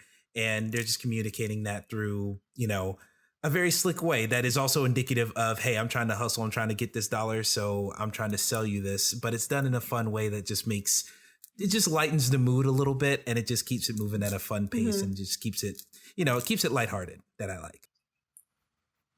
Yeah. Chloe, what about you? What's your second, third? I don't know where we are at this point. I don't know. We're on second. Either, we're on second, but do what you want. We're on second. Okay. What have you said so far? Dream sequence. Well, I said the dream sequence. Yes. Yes. I almost forgot. Okay, so we are on second. So I also have a lighthearted one. It's the I think the first moving job that we see when they're moving all the paintings, and the dude is like, okay, you guys are gonna stand apart from each other, look at each other's eyes. I'm like, oh, we're not gonna do that. And he's like, no, it's fine, it's not sexual. And they're like, well now it is. You can't say that, not just put our minds there. Exactly. What's the name of the actor who's in that scene? He's the guy from Jurassic Park and Space Jam. Yeah, he's Seinfeld guy Yeah. too. Okay. Yeah, I forget his name. Part of me was like, maybe I should put him down. And I was like, again, he's in one scene. They have a lot of random, like, well-known people in one scene. Yeah. Yeah. Oh my God. I feel like there's a Bay Area culture of that at this point, because I've seen a lot of movies that are set in the Bay where you just get certain actors popping up, and I'm like, ew. You know what? Side note, I just thought of the guy who says the flashback to the fight story, that brown guy who says that. He is in Bloodshot with Vin Diesel. Is he? Yeah, he's like the tech He's guy. in something else too. I totally know. I've totally seen him in other shit. Yeah, he's been in a lot of stuff. Where. He's like the I was man in the chair. I was trying to place him when he showed up. I was like, this is what I I've get seen for you not before. researching. Chloe, Google Blindspotting, find this man. Blindspotting Oh, cast. God. I actually have it up. Whose man is this? I actually have up like the letterbox page. So let me see what this man is. Nice. Continue. I'll come back if I have it. Okay. Chloe, do you have anything else to say about your scene? It's a funny scene. That's all I got. It is a funny scene. I like his artwork. I'm gonna be like, Oh yeah. it's a little good. pretentious, but honestly, the trees overlaid with the city kind of slaps. Yeah. You know, yeah.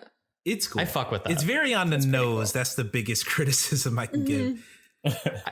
I think I don't like the tree with the house one. That felt too on the nose. The tree with the highways one, I was like, this isn't like, I feel like this guy thinks this is like life-changing, like revolutionary art. It's not, but I think it looks sick. It still looks cool. Yeah. True. Yeah. Like I fuck with it. Mm-hmm. Yeah. Do I think he's going to revolutionize our understanding of the environment with it? No. Exactly. Turns out this guy is a comedian. Which is what I found. He was in I can see he was that. in Pitch Perfect. Yeah. Mike and Dave Need Wedding Dates. Oh, He was that's in where I Pitch recognize him from. Perfect. He's on Okay. He's on the guys acapella boyfriend's team. team. Yeah, that's it. Yeah, okay. Oh, okay. So here we are. He was full hot. circle. I remember that. He was hot. Yeah. Okay. So now we know. He was one who was like flirting when he was on stage, and I was like, "Look at you go, guy!" Oh, that guy. Okay. Yeah. Go back. Okay. Indeed. Right? I haven't thought about Pitch Perfect in ages. I know. I don't want to. We're moving on. Anyways, okay. So, You started to think about the sequels, and you're just like, oh, Yeah. yep, this is exactly what happened. Oh, geez, So, that's funny. my third favorite scene is the opening scene in the car. It is amazing on every level. It is funny as all hell. It is also just such perfect introduction to the overall problems that are going to be dealt with in the story, to who Myles is, to who Colin is. We establish that Myles is kind of impulsive and doesn't give a shit. We establish that Colin is very worried about being put back in jail and just doesn't want to deal with any of this shit. We also, like the car is such perfect representation of the hybrid that Oakland has become. Because on one hand, it's like very tricked out street, you know, they're selling guns in the back in it. It's like raised, it's got the lights on, but it's also an Uber. Yep. It is old Oakland meets new Oakland. Yeah. It's very perfect. That scene's just So excellent. funny. That's so good. Really good. It is top notch. I will die for that scene, honestly. That might be my favorite scene in this movie. Like there are other scenes that are more important, but just in terms of like my joy and how effective they are as a screenwriting setup piece, God, it's good. I'm into The that. screenwriter in me just freaks out. Nice. Knew what they were doing. Chloe, what's your third? It was, what did I have written down? Okay, the first few minutes of the party where they walk in, stand there, listen to the music, and then there's like later where like the host comes and puts his hand on Colin's shoulder, and then he's just talking, but Colin just is looking at his hand on his shoulder. I remember that. He's just like, I was bro. like, wow. He's like, I've been tainted. It's like, what are you doing? It was so funny. It made me laugh. It's just like the whole time he's like having a normal conversation, but he's just not paying attention. There was a lot of good physical humor because even when they were like, even when him and Myles were like, we have the same tattoo, Myles is like puts his hand up to be like, how do we have? And then he goes for dap. Myles' like breakdown during that was hilarious. I was dying. I feel bad too because like it's a cool tattoo overall. I understand why Myles has it. And this fucking hipster moves from Portland and in 1 year has this fucking I'm from the Bay Area tattoo. Yeah, that part. Oh god, that was just the whole like beginning of the party is so much fun. Right. Walking to the hourglass or whatever they call it. Looking glass. There we go. I thought about it. There you go. Through the looking glass. Bingo. Yep. Emmett, Bryce, have we got both of your full 3 lists? I, as you can see, have no track of anything going on at this point. Yeah, for me was the argument, the basement scene, and then the salon scene. Yeah. So yes. And then we're gonna get to my third scene when we get to favorite character. I can mix it in. Fantastic. Cool. So let's get to favorite character right now. Emmett, kick it off. Okay. Well, for me, as I kind of hinted at the beginning of this whole thing, Colin is my favorite character. The scene specifically I was going to reference is all the scenes he has with Myles' kid, where they're just playing and like toys and all that stuff and play fighting and all that stuff. Colin as a character is just weirdly exactly me. All the way down to like, I've never been arrested, but I've had non-positive interactions with the law. And it's gotten me to the point where I have that same paranoia where I'm always like, all right, let me make sure I'm on my P's and Q's at all times. And I've never had someone quite as crazy and as impulsive of a friend as Myles is, but I have. Yeah. Oh Lord, God bless you then. But I've had a couple of friends. I've had plenty of friends in high school that like, oh, y'all are hotboxing? All right, well, I'm not going to be in your car. I'm going to go somewhere else so that if trouble comes, I'm not the first person they look at. I've been in situations like that very often. And just how Colin is with, like, I love kids. I am probably the type of dude to like, oh, you're like, kids are, I don't know. I just really like kids. Even like going to church and stuff, all the little kids there would like play with me. And they always knew Emmett was the guy to go to like play jokes or we can climb on Emmett and treat him like he's a mountain or whatever. And so I just related to all that stuff. And just like Commander Smiley, like him drawing a smiley face on him instead of his actual name, where he's just like, just slightly subverting the expectations of adulthood in little cute ways like that. That is totally something I do too.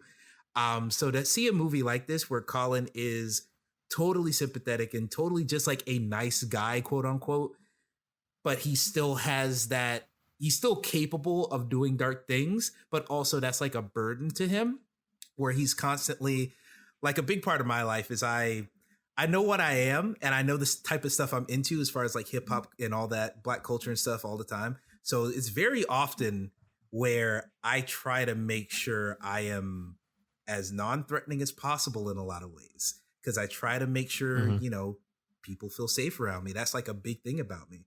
And Colin's trying to do the same thing, maybe not just in different ways, but Colin's trying to do the same thing. And that's what I really like about this movie, where it's showing that struggle where you're like, I'm trying to be non-threatening, not just because I don't want cops to come, but because I don't want people to see me as the stereotype. And I connected to that so much. And it took a while for me Blindspotting was like, I was blown away by the movie when I first saw it. But the more I watched it, the more I'm like, man, Colin is just me exactly to a T, to the point where I'm like, yeah, this is like top 3 for me now. So yeah, that's why it was on my list to watch, because Colin is just, that could have been me. That really could have been me. Very similar. What about you, Bryce? What are you? Are you also on the Colin train? Yeah, I'm on the Colin train. So at first it was Myles, but then as the movie progresses, I backtracked on that real fucking quick. Miles away from that. I was like, no. And then I realized how relatable Colin was. I pretty much echo everything Emmett said. Like, seeing this person who is just trying to get by and he's a nice person, but he's constantly trying to be non-threatening, because there's always that, there's always like the potential for people around him to see him that way. And then he also hears a person who is nice, but also has a dark side because of the kind of things he's holding in, kind of the frustration brought by society and how society treats him. Like that's what's kind of caused like his frustration and his anger. And just seeing like the day-to-day things that he fears, I guess, as a black person, like he fears the cops because of how they can racially profile him, and then other people how they treat him.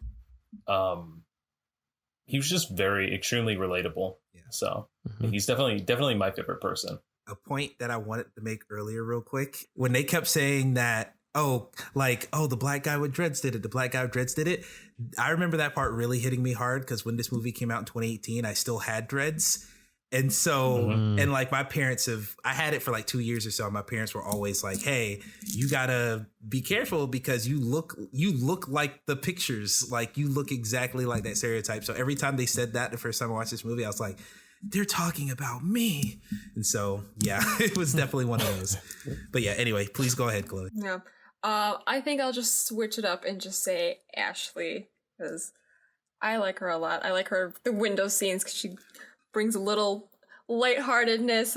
She keeps like Myles grounded, because I forgot to mention, I did like the scene where she like bandages up his hand and she's like, you're stupid. Shut the fuck up. But like, yeah. I really like the relationship. They do a good job of balancing like that she loves him and she understands who he is, but like she will lay down the law and she will like accept him back, but with like firmness. Yeah, like you have to change. You can come back, but you cannot do this again. I really like her character. She's one of my favorites. Yeah. I just like that relationship they have. Yeah, I think with this movie, like so much of it is tied into these three characters, I think, of Myles, Colin, and Ashley, that it's hard to not like any of them. And like the thing we usually do on this podcast is normally this question is, who's your favorite non-protagonist character? And the reason I didn't ask that is because I feel like the assortment of non-protagonist characters, like it's such, I guess I could have said, who's your favorite character besides Colin and Myles? Oh, well, it doesn't matter.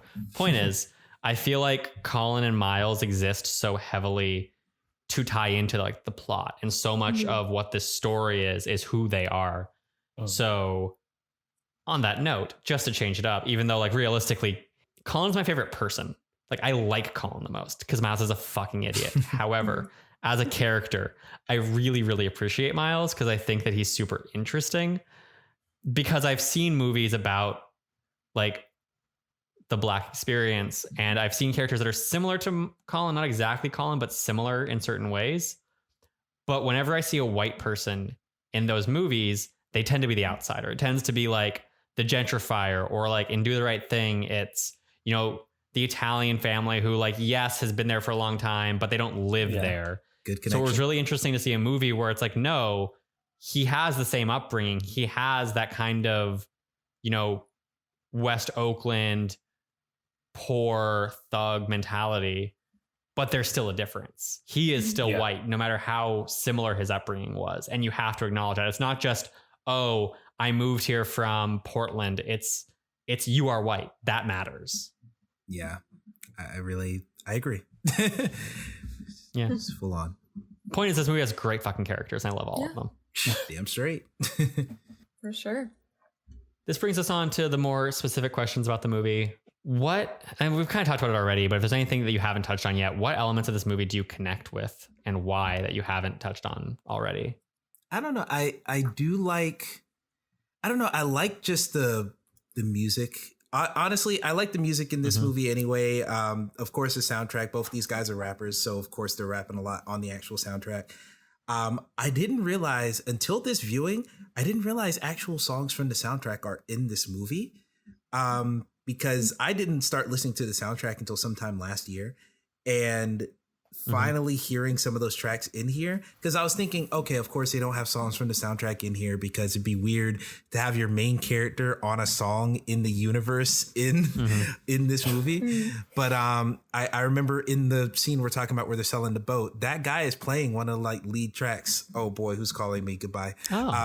Yeah, they're playing one of the lead tracks from their album from the soundtrack. Sorry, that fucked me up. It's funny because my ringtone was actually Kendrick Lamar, and I want to just shout them out for not just using the people that everyone knows from the West Coast. Everyone knows Kendrick. Everyone knows Tupac. Everyone knows those guys. To stick with not just their sound, but even the songs that they use stuff like Slow Down and things like that, where it's like, okay, you're speaking to that culture a little bit, but you're not being so obvious with it. And it definitely shows that like, oh, you're from here because you know like the little hints and stuff there. So definitely pretty cool. Mm-hmm. That is cool. Yeah. What about you, Bryce? Is it supposed to be a positive thing that we connected with, or just any? It can be anything you want. Okay. So I would say the first thing I connected with is just like the theme of gentrification. Like I mentioned it before, like the beginning of the podcast, but like seeing, being from Chicago, like going around seeing the Northwest side or like the West Loop go from these urban areas in like the late 90s, like when I was a kid, or like the early 2000s, to these hipsterish restaurants and shopping districts, just seeing that like gentrification be portrayed in the movie, like kind of struck a chord to me, especially since I've seen it in Chicago, and then I saw it a few years ago, like the result of it when I went to the Bay Area.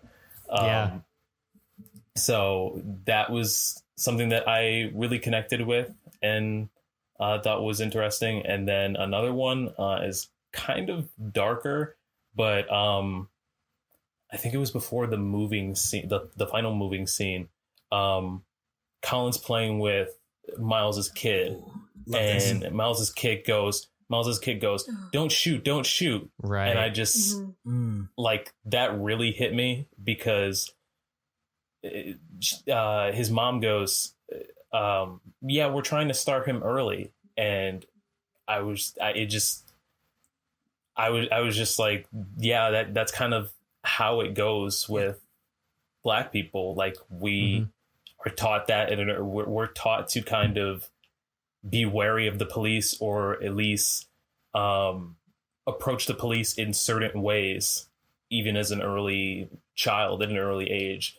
So it was kind of like heartbreaking to see that, but extremely relatable because that's definitely something that happens. If you don't mind me asking, do you remember when you got that talk?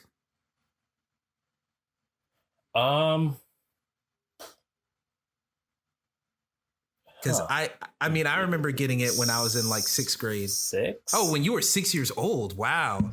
Well, no, that's not right. Like, I'm going to say for real, like, you said 6th grade. Yeah. I would say 4th or 5th.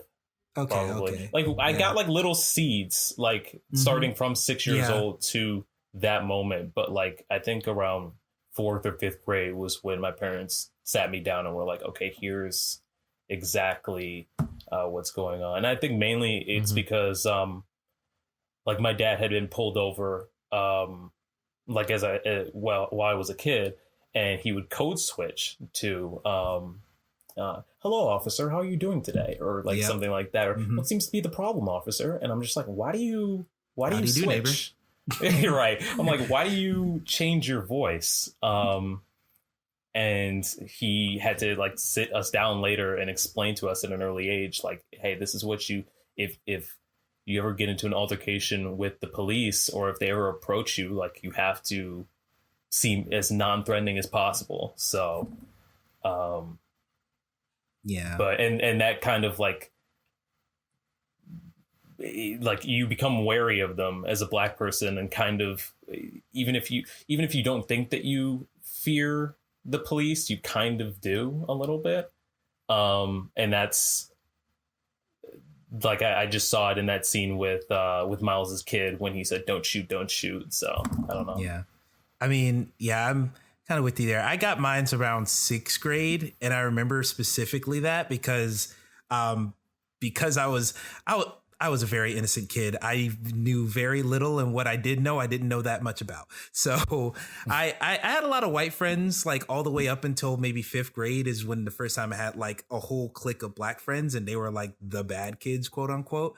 But I was really only in that group because I had a crush on this girl, and I was like, oh, I like her. I'm gonna be around her forever. And so like after that, they started to notice that like, okay, he really doesn't understand like how he was being viewed when he was in that clique and the different dynamics of that. Cause up to that point, it's like, oh, Emmett's a perfect kid. No issues with him. Never misbehaves, anything. And while I was still that kid in 5th grade, when I was around that clique, I was looked at differently because I was hanging around this crowd. So around 6th grade, they started to kind of plant those seeds and be like, hey, so you're going to be looked at a different way by no fault of your own specifically.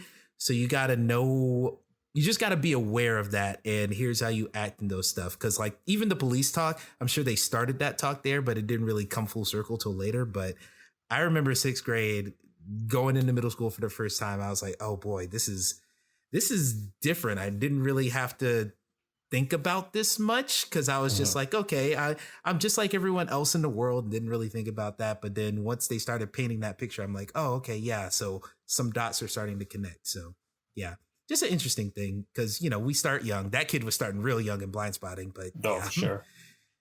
Yeah. Luckily, we got a couple years to be innocent. But yeah, anywho.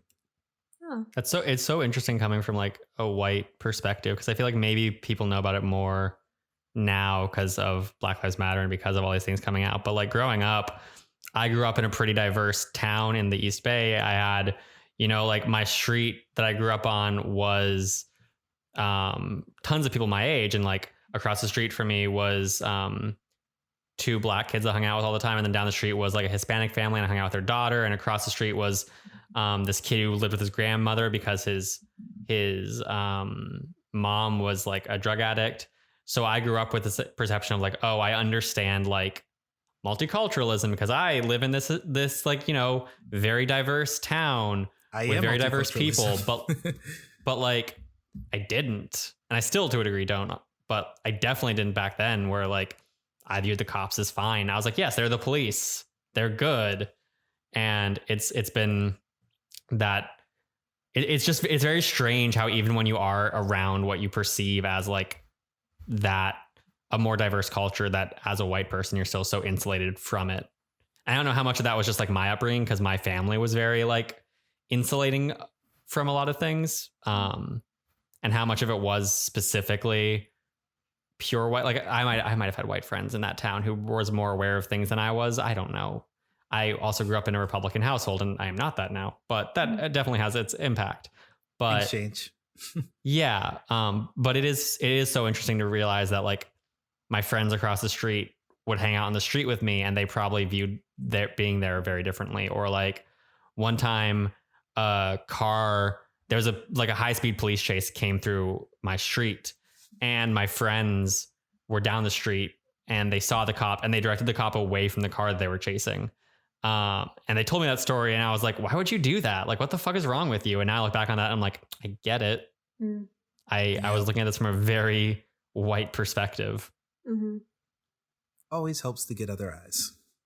Yeah. Going off of the conversation on gentrification, though, I am curious how you feel about this movie's representation of gentrification, because we did touch on that, where it's like it's such a complicated issue and it's so hard to know how it works. Like even Daveed Diggs talks about that, where he's like, I moved to New York for Broadway and I got a place in Washington Heights because it was affordable. And he's like, but the problem is once you leave your hometown, you're the gentrifier. And that's such an interesting thing to think about, because I'm like, if I move into a neighborhood that's comparable to the neighborhood I grew up in Los Angeles, am I gentrifying that neighborhood now because I am not from there? If I moved to the Bay Area and moved into like Oakland, would I be gentrifying there because I wasn't from Oakland itself? If I moved into where I grew up, even that town, would I be gentrifying it because I've been gone for so long now? It's like, I don't know. I don't know if any of us here do. I'm assuming we don't.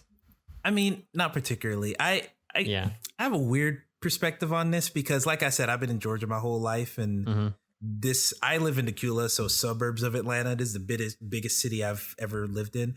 But my parents have a different perspective. They grew up in Florida, a really small town called Stark that actually they kind of moved away from there in large part because in the 80s, drugs kind of took over that whole community. So there's still people there and there's still family there. I'm still cool with a lot of people there, but like they moved out of it and got up here to where they could be doing a little bit better. So I kind of, while I don't ever feel like I'm gentrifying per se, because up until the last 8 years of Tequila, I haven't really felt like I was in a nice enough place to call it that. But it does feel weird when I go back to Stark and I see, oh, okay, this is how it was for my parents. This is how it was there. Like I'm not going to name names here, but this will just give you an idea. One of my cousins was selling drugs at the time, and me and my little sister, who's only 2 years younger than me, we were all hanging out with him and two of my cousins as well. And this dude was like the man on the block. So he was just walking around with his rifle barefoot on the dirt road. And we're just like hanging out with them. And we don't question it because it's like, okay, this is your community. You know how things are. So we're just traveling with you. And so we're just like, this is a different world from when I go back to Tequila and I'm over here hitting up ramen shops with all my friends. And it's like, I doubt there's a ramen shop within a 50-mile radius of Stark. It's just a different world. And so it's like, you know, it's weird to reconcile that because I don't want to ever feel inauthentic to either sides of my personality and my family and all that stuff. But it's also like, all right, it's more about just respecting the place where you're in and knowing your role and just following along with, I tend to just follow other people's leads whenever I'm in situations like that. Cause it's like, yeah, I'm kind of a little bit from column A, column B. Like some people are born with the silver spoon, without a silver spoon. My spoon was just plastic. So it's a weird middle ground I tread there. Yeah, it's the code switching, I think, that to a degree Bryce was talking about, where like I've been trying to kind of reconcile that recently because I grew up learning. I grew up around the kind of talk you see in this movie, but I also grew up in, like I said, like a very white household that taught me like, don't say ain't. It isn't a proper word, and like don't say duh. It's rude. Duh. And I learned to talk. It's funny. I learned to talk very white, but what I've started to realize is I don't think that way. My brain thinks in the vernacular that I grew up around and then translates it into the way I was taught to speak. And it feels inauthentic to speak the way I think because I know I don't present that way. And I know that I haven't presented that way ever in my life. I relate to that so much. Ooh, me too. Yeah. I'm exactly like that. Yeah, I do the same thing, but just on Twitter. That's the exact thing. I talk different on Twitter. On Twitter, the filter of like, this isn't the way I speak is gone. So I drop ain't and I talk way more like relaxed East Bay slang. Yeah, but when I'm speaking to people, it feels inauthentic for me to do it. It feels like I'm appropriating something, even though it is what I grew up with and it is the way I think. Yeah, it's a complicated thing because at that point it's about perception of others more than it is about like, or just as much as it is about like how you are personally. But yeah, I totally do the same thing on Twitter where for a long time I was like being very specific about like, how do I want to come off on Twitter? And like, am I using the right words? Even if it's not me, is that how people are going to feel safe on? Now, for the most part, I just talk however I want to and say what I want to on Twitter because that feels better to me. And it seems like people are more accepting of it anyway. So, right. So I think the way I think comes out sometimes when I'm drunk, and that's like it. It's the only time I ever verbally do it. Like Chloe was there. We were in San Francisco hanging out with people, and Cool Greg showed up, and he talks that way. So we started talking, and my brain without even recognizing it just switched. And I was like, what the fuck am I doing right now? Yeah, I mean, like you just switch. Sometimes you just automatically code switch, like if other people around you talk like how you think, I guess, then sometimes it just happens. Like it's definitely I was streaming like a couple months ago and I got a raid and there were a bunch of people in the chat that like talk in slang and talk how I think, and so like later on, somebody came to me and they were like, your voice changed a little bit. And I was like, what do you mean? What are you talking about? And then I looked back at it and I was like, shit, I like unintentionally code switched. Like it just happened. So that definitely would happen. I think it almost happened with me when I met Cool Greg. So I was just like, he does that. He brings down the guards. It's the Cool Greg effect. Wow. Yeah, true that. He's just so almost to the point of parody, that vibe. That it's just like, you're like, oh, I guess, yeah, here we go. Yeah. He should be an extra in the TV show they make for Blindspotting. Exactly. I mean, I thought it was sometimes. Let's start a campaign. Yeah, Exactly. right? Yeah. Cool Greg. Yeah. Get Cool Greg on Blindspotting. Yeah. So this movie, like this is a very long episode already, so I don't want to like force us to spend too much time on these. I know, Emmett, you have to go to bed too because it's getting late for you. I will be up till like 5 a.m. It's whatever. Like, nice. it's fine. Jesus Christ, am I the only person here who has a decent sleep schedule? At this point, I am just like, for y'all's sake, you can wrap it whenever, but I will live on forever. No, mine's totally messed up. All right, cool. We're on the same board. I go to bed at like 11:30 to 12, man. Maybe 1 if I'm pushing it. If I feel like zesty. Wow. How do you do it? I know. I wake up early. That's the thing. It's like I'm a morning person. Oh no. So I have friends who are like Chloe. Chloe will be like, oh yeah, I went to bed at 5 a.m. I'm like, how do you do that? And she's like, well, I just like slept until 12. I'm like, the latest I've ever slept in is 10 a.m. I've woken up and it's dark again before. I've done this before too. Yeah, like it happens. Like my sometimes body, I just don't see sunlight. I'm sensitive to light, so my body just wakes up with the light. It's like, oh, it's sunny out. Time to get up. Your body's like, our enemy's out. Let's put an eye on it now. Yep. Yeah. They can see you. There's no hiding now. Be prepared to fight. Gosh. Oh boy. So I'm just gonna like run down a couple topics that I thought were interesting from this, and you guys can say whatever you want on it. So the movie talks a lot about like being viewed as a felon, which I found really interesting to me, because I think we don't see that often in media, and it does do that really interesting thing we already talked about of like not revealing why he's a felon until halfway through. But it's also those really important little details I thought were good to see of like, he can't really find a place to live super easily because he has felon on his record.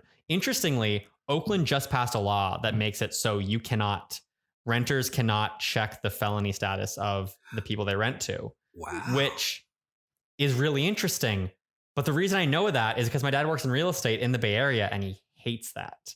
And the problem is I understand, because his mentality is like, how can I feel safe if there's like if I have like an apartment complex and there's a woman renting one of the rooms, and like there could be someone I rent to who has a felony conviction that specifically tells me he's not safe to be around, like a woman that lives by herself. And I'm like, I get that. Like 98% of the time, I think you shouldn't have to know why this person is a felon or that person is a felon. And there's so many problems that come from it. And my reaction is that like, yes, I think overall not being able to find out that the person you're renting to is a felon is important, because like the point is they do their time and then they can go back to life, even though we don't do that in reality. The prison industrial complex is a mess, but speak on it. but I do also understand that like there's so many complications. There are those little things where I'm like, I do kind of get that. There are certain felonies where it's like, maybe you do need to be able to judge that. But also, does that then mean you just don't rent to anyone who's done that ever? Like, do they have to have that mark on their life for it? I don't know. It's one of those split things where it's less that in a perfect world, it would be a good idea to know if a felon is in your household or in your apartment complex just for the sake of keeping everyone safe. But the imperfection of it lies in we don't exclusively arrest and imprison people who deserve it. If everyone who got imprisoned deserved it, then that would be a fine law. But it's one of those things where having that law in place is a good thing, but it's only fixing an issue in a roundabout way, where really just don't arrest and put people in prison that don't deserve it, and then that won't be a record on someone who actually didn't deserve that record. Have felons who actually like very seriously need to be felons. Exactly. Like have it be there, but to speak to your original question, just the overall like being seen as a felon thing. Because I think I said earlier in the podcast that I've had altercations with police. Really, it's just like a speeding ticket that was very like the guy. Once again working at the grocery store. I said that before we started recording. I'm leaving late. I had a long shift. I'm coming home, and you do that thing where you're like trying not to fall asleep, so you're concentrating on staying awake, and then you get lead foot, and then the gas just goes a little bit too fast. So that was happening. So I get pulled over for that. The guy like holds his gun as he approaches, and I'm like, yo, I haven't like, there's no reason for that much intensity. And then he put on the ticket that I was racing. But then I realized that this was the same cop that was in the parking lot of the grocery store with me. So he saw me leave the parking lot. So who am I racing? Like, what the fuck? It's just stuff like that where it's like, okay, there was nothing I could have done besides, being awake enough to pay attention to my speed. But there's nothing else I could have done in that situation. And it's just stuff like that to where even if it's not a straight up prison sentence, even if I'm not getting shot, it's always like, because that ticket ended up costing me a good $600 or so with other fees and stuff in there. So like, and like to offer, I don't want to say counter because that sounds like I'm debating you, but like how that's different for me as someone who's white. I remember I was coming back from my friend's concert because she was playing like a small little concert, and I was, I think, maybe an hour away from home, and I was on the highway, and it was like 1 a.m. and I was tired and I was falling asleep, and I was like, okay, I need to go fast or I will pass out. So I was going like 100 fucking miles per hour at one point because the road was just empty. And I, like a minute after that, I brought it down to 85 because I didn't actually want to go 100. I was just kind of curious. And Can it hit at that 85, number? a cop, at 85, a cop pulled me over, and he comes over and he's like, you were speeding. And I was like, yep, you're right. And he's like, how fast do you think you're going? And I was like, 80. He's like, you're going 85. And I was like, oh, damn. And he's like, I'm going to ticket you for 80 because I would drastically increase the cost of the ticket because it'd be viewed as reckless driving if you were 85. And like, that's my experience as a white person. Like I've had a bad run-in with a cop while driving. That wasn't the case. This one was a good one. But my example of a bad run-in with a cop is like a stupid ticket that should have just been a fast track fine. It's when it is that case of like speeding, he gives me the benefit of the doubt. He gives me that leeway that it sounds like you don't get as someone who doesn't look like me. Yeah, it's often where that leeway isn't necessarily given to us. So that's just something I'm hyper aware of at all times, to where I'm like, okay, I don't want to come off wrong. Even in non-police situations, I'm like, I don't want to be that guy. And I just don't want to be the aggressor in any situation. And so that's kind of affected my whole personality and growth to this point, to where I'm like, all right, I'm always like a little bit more timid than others are because of that. And there's a lot of bonuses and positives to that too, but it's also like I lose out on certain things, and I don't always, assert my ground as much as, I should at times. And it just affects me in like overarching ways like that. And so, yeah, that's something I agree, or something that I really connected to in this movie. Just that whole feeling is something I have internally. Yeah. I feel like I'm on the therapy couch right now. Not gonna lie. Tell me your feelings. Oh boy. So before we jump off into our general wrap up, a couple games, I just want to touch on one last thing. I love the use of slang in this movie and rap in this movie, because I feel like it did something really interesting where it kind of glorified it in like a good way, and it doesn't just glorify it as like, hey, rap is cool. It glorifies it as like, emotionally, rap is an expression of self. It is like, this movie isn't a musical, but it feels like it's kind of trying to make us feel that sense of a musical, where like in musicals, good ones, at least Broadway ones, especially, the characters talk until they can't express their emotions with words. So then they start singing. And it kind of feels like that too, where it's like, they're not doing that, but when they can't express themselves properly through general conversation, they start like freestyling. And it is kind of trying to, I think, in a way, reclaim rap, not from like what anything Black people have done to it, but just from like how white people have treated it as this like lesser form, which I think is cool. Yeah. but also they make it academic. They literally sit there and they're like, hey, slang, it has academic value. She's using it to learn psychology, which one of the reasons I want to be a screenwriter is I love words. And the reason I love words is I love how much they change and evolve. And that's all slang is finding new ways to say things and understand them for yourself. And I love it. I love it so much. Yeah, I feel you. If you like that, you might like ATL.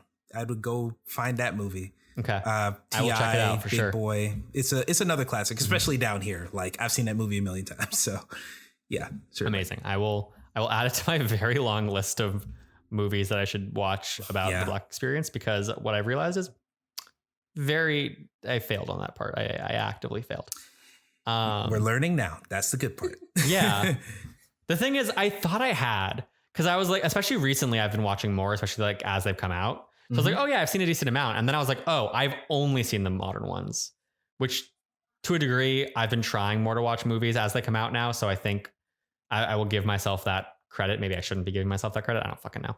But I definitely was not versed in like the movie. Like I just watched The Right Thing. I just watched Malcolm X, basically Spike Lee. I've been teaching myself Spike Lee movies. Yeah. I mean, that's a good way to go. So because up until like 2 months ago, I think the only Spike Lee movie I'd seen was Black Klansman. Bamboozle. Black Klansman. No, I'm kidding. Yeah, so I was like, Bamboozle, this is the one I will watch.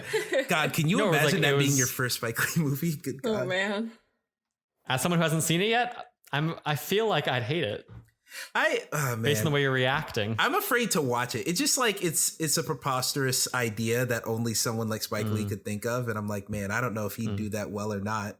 But hey, it's also the last major release to be shot on DV film, which is also weird in of itself. So that's how it is. Anywho, before we go to 3 hours. Yes. So, Chloe. Yeah. You know what time it is? 11 p.m. I mean, maybe for you, but it's also time for Nailed It with Chloe Naylor. Oh man. The game show where we talk about sexiness. Now, normally we talk about the sexiness of villains, but this movie doesn't really have a villain except the cop, and we aren't going to do that about a cop. Debatably Val. So, yeah, I mean, Val too a little bit. But instead, we're going to talk about sex icon Daveed Diggs, because he's hot as hell. Chloe. Okay. Mm-hmm. When is Daveed Diggs at his sexiest in this movie? I am a huge fan of his jogging look. Yeah, with the hairpin back. Is it the hair? The hairpin. It's the hair. Yeah, the hairpin up is so good. Yeah, man. Because it reminds me when I used to have my dreads and I pin them back too. I was like, yeah, man. That's, and also, I mean, it's a good look. He's buff and everything. Homeboy's a snack to keep it real with you. Like, yeah, no, he is. Dude is like, very Daveed Diggs is hot as hell. Yeah, exactly. It's obnoxious almost, and he has a nice smile. It's like, God damn it, it's a great smile. Oh my gosh, how dare you be so perfect? Yeah. And he's fucking talented. I know. Yeah, he's paid. He's gonna be in my town tomorrow. I'm free tomorrow. No, I'm kidding. No. Took it to the extreme. You're just dropping that on us. I don't know if he's actually gonna be here.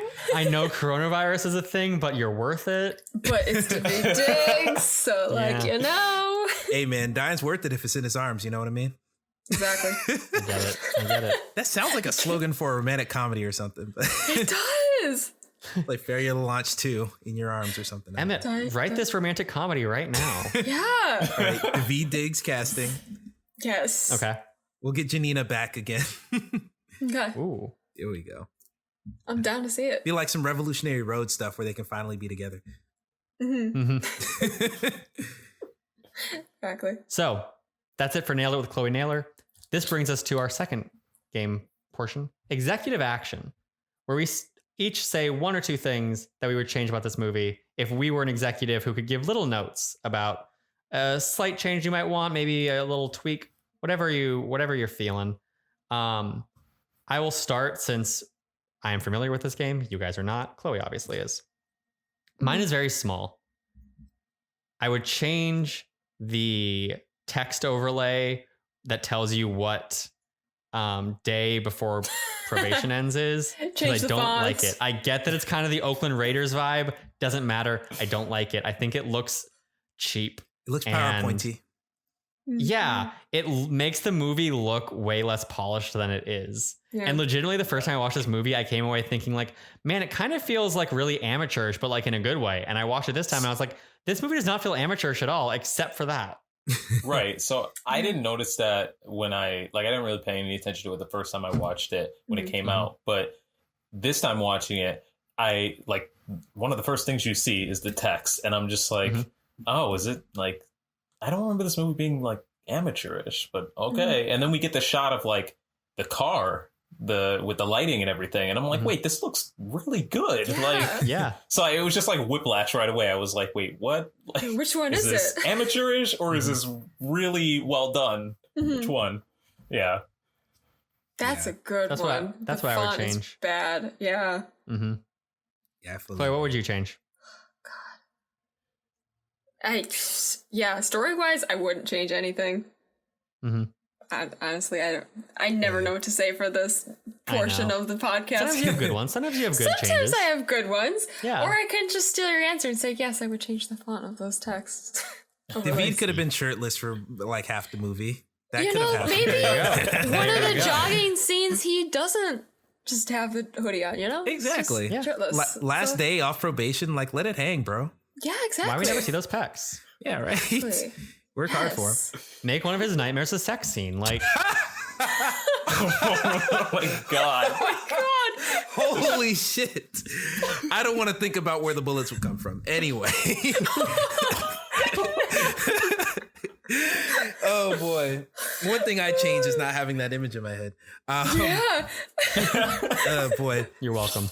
God. But yeah. Well, I guess I'll go real quick. One of the things I change is I kind of, for as much as I love the music, especially now I've heard the soundtrack a bunch of times, I wish that there was more, not necessarily emphasis on the music, but just more opportunities to let that music just exist and play by itself.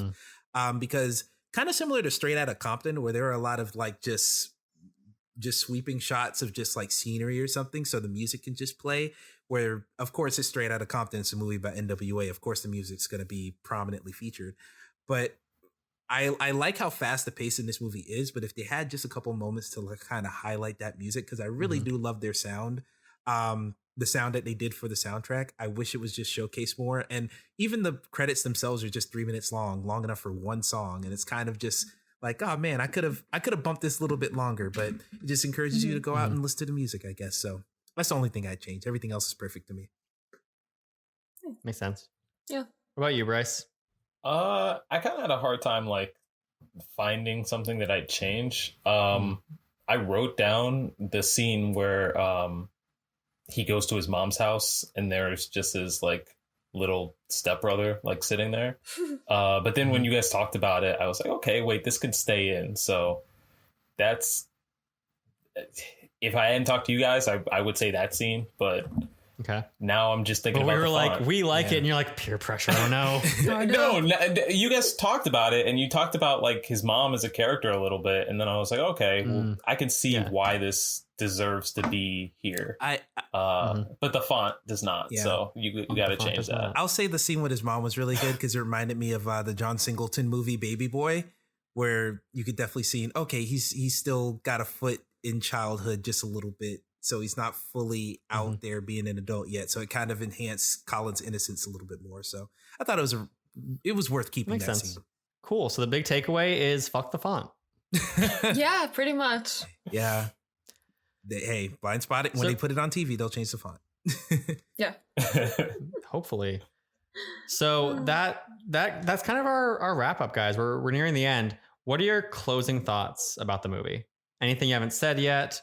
Anything you want to reinforce? Everyone should see this movie, Yeah. Especially if they're interested in the Black experience. I think it's essential. So yeah. Anything from you, Emmett?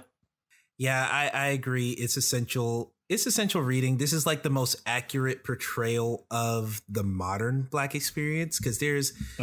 People are going to recommend all these movies like, you just saw Malcolm X and all these other films about the Black experience throughout history. I think this one is the most contemporary and the most accurate to how things are going right now. And And it really helps that it is a comedy as well. And it kind of has those comedic elements to kind of cleanse the palate a little bit. But yeah, I think everyone should watch this movie. This should be taught in schools, like straight up. It's one of those, like, I agree. This movie is outstanding. So yeah, definitely recommended. And it is so contemporary. Like, even like there have been movies that have touched on gentrification, stuff like that. But for me, as someone who grew up in Oakland, no one went to Oakland when I was a kid. Like, people lived in Oakland, they hung out in Oakland if they were from there, but you didn't go to Oakland because Oakland basically sucked. It had nothing to do. And like even Oakland. Daveed Diggs talks about that, where he's like, Oakland wasn't really a place to hang out most of his life growing up there.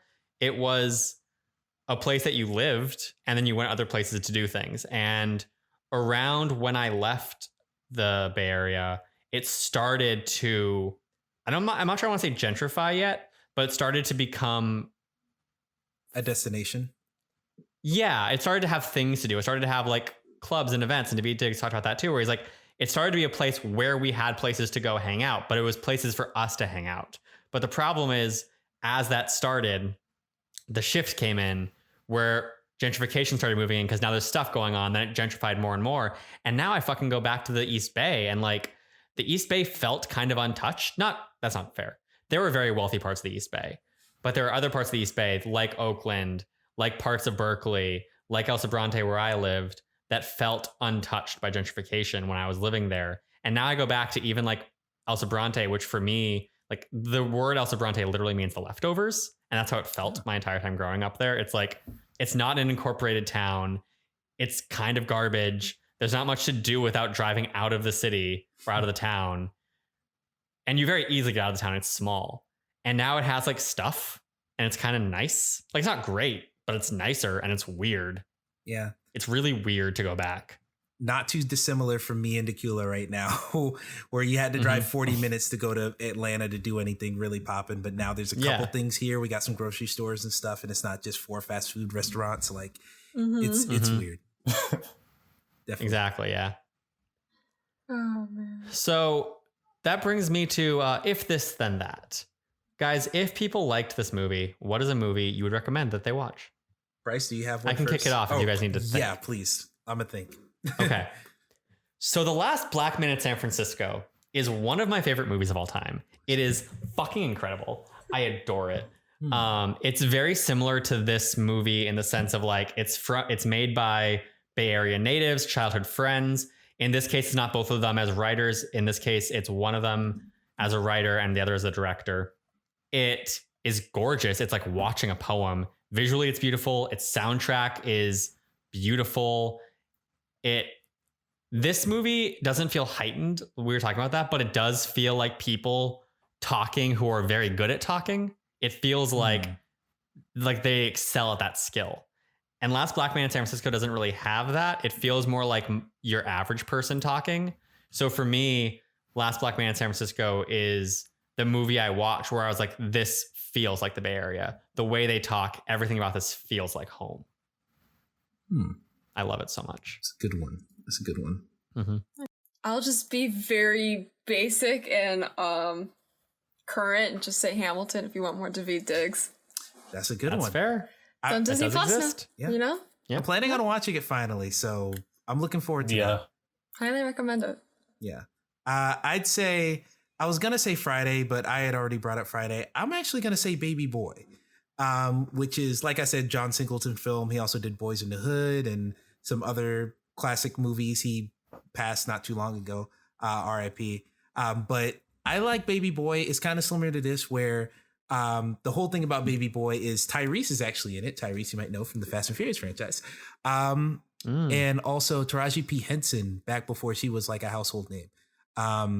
Right. And I saw this movie a lot just growing up, reruns on BET. So I know it to a T, but it's basically about Tyrese. He's an adult, but he's still living in his mom's house and he's still having that trouble advancing to like the adult stage of his life, despite being in his 20s, and just that struggle of trying to mature, but not using the hood lifestyle to mature, where he's trying to like, be a man, but he's trying not to turn to violence and turn to all the stuff that his friend's getting in, because his best friend is very much so a Myles like character. So I think Baby Boy is a really good one to watch. Now, it has some funny moments, but it is quite a bit more heavy than this one, than Blindspotting is. There's Snoop Dogg's in the movie, and I've heard that it's a graphic sex scene, but I haven't seen it because I only saw the movie on BET, so they cut around it. But I mean, if you like Taraji P. Henson, congratulations. Or if you like Tyrese, for that matter.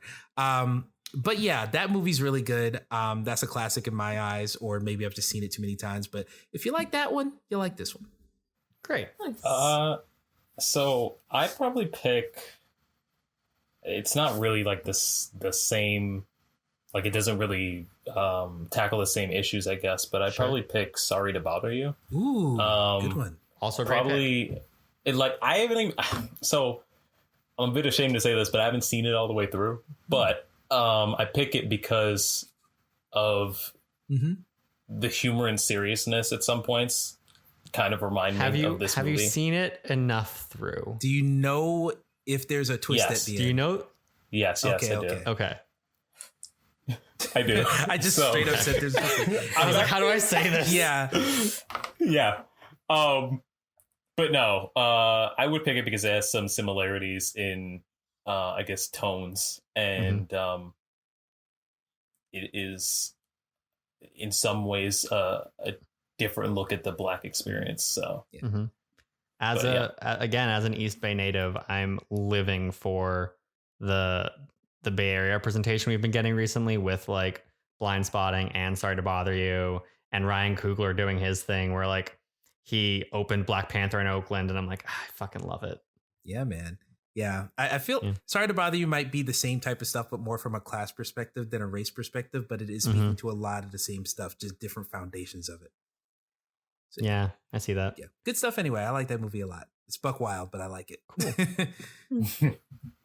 So, guys, before we go, in terms of Black representation on screen, are there any stories or like ideas you want to see on screen going forward that you feel like you haven't seen yet, or you feel like you have seen but you want to see more of?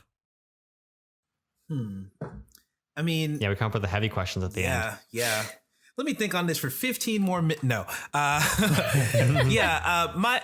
thing I want two things, man. I want more characters. I want more Black characters in roles where their Blackness isn't a big deal. And I want more characters in roles in which their Blackness is a big deal, because I think that's, for me, I like it that the Blue Ranger was Black. I like the fact that the best Watch Dogs game has a Black character. Like, I like all that stuff. And shoot, I got a Lucio figure back there. I dressed up as Lucio like 3 or 4 years ago for MomoCon. So like, I like having that stuff just for me. And I'm sure Black people out there of all ages and genders and all that stuff, I'm sure they all enjoy just having some type of representation in the mutual, or not in the mutual, but in just in the muted sense of like, this character isn't defined by who they are, but who they are is what you are. So you can attach to that yourself.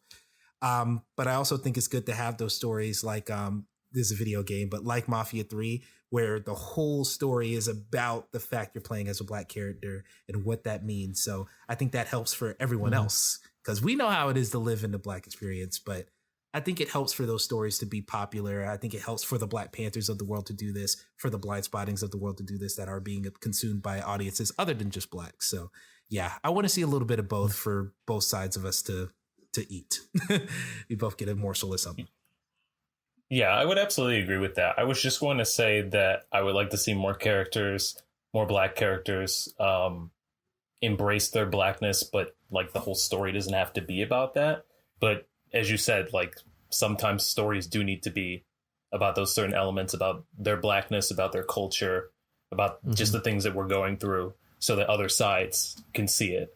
So I do want both of those kinds of stories where it's not a big deal, and then it is kind of like the central focus of the stories.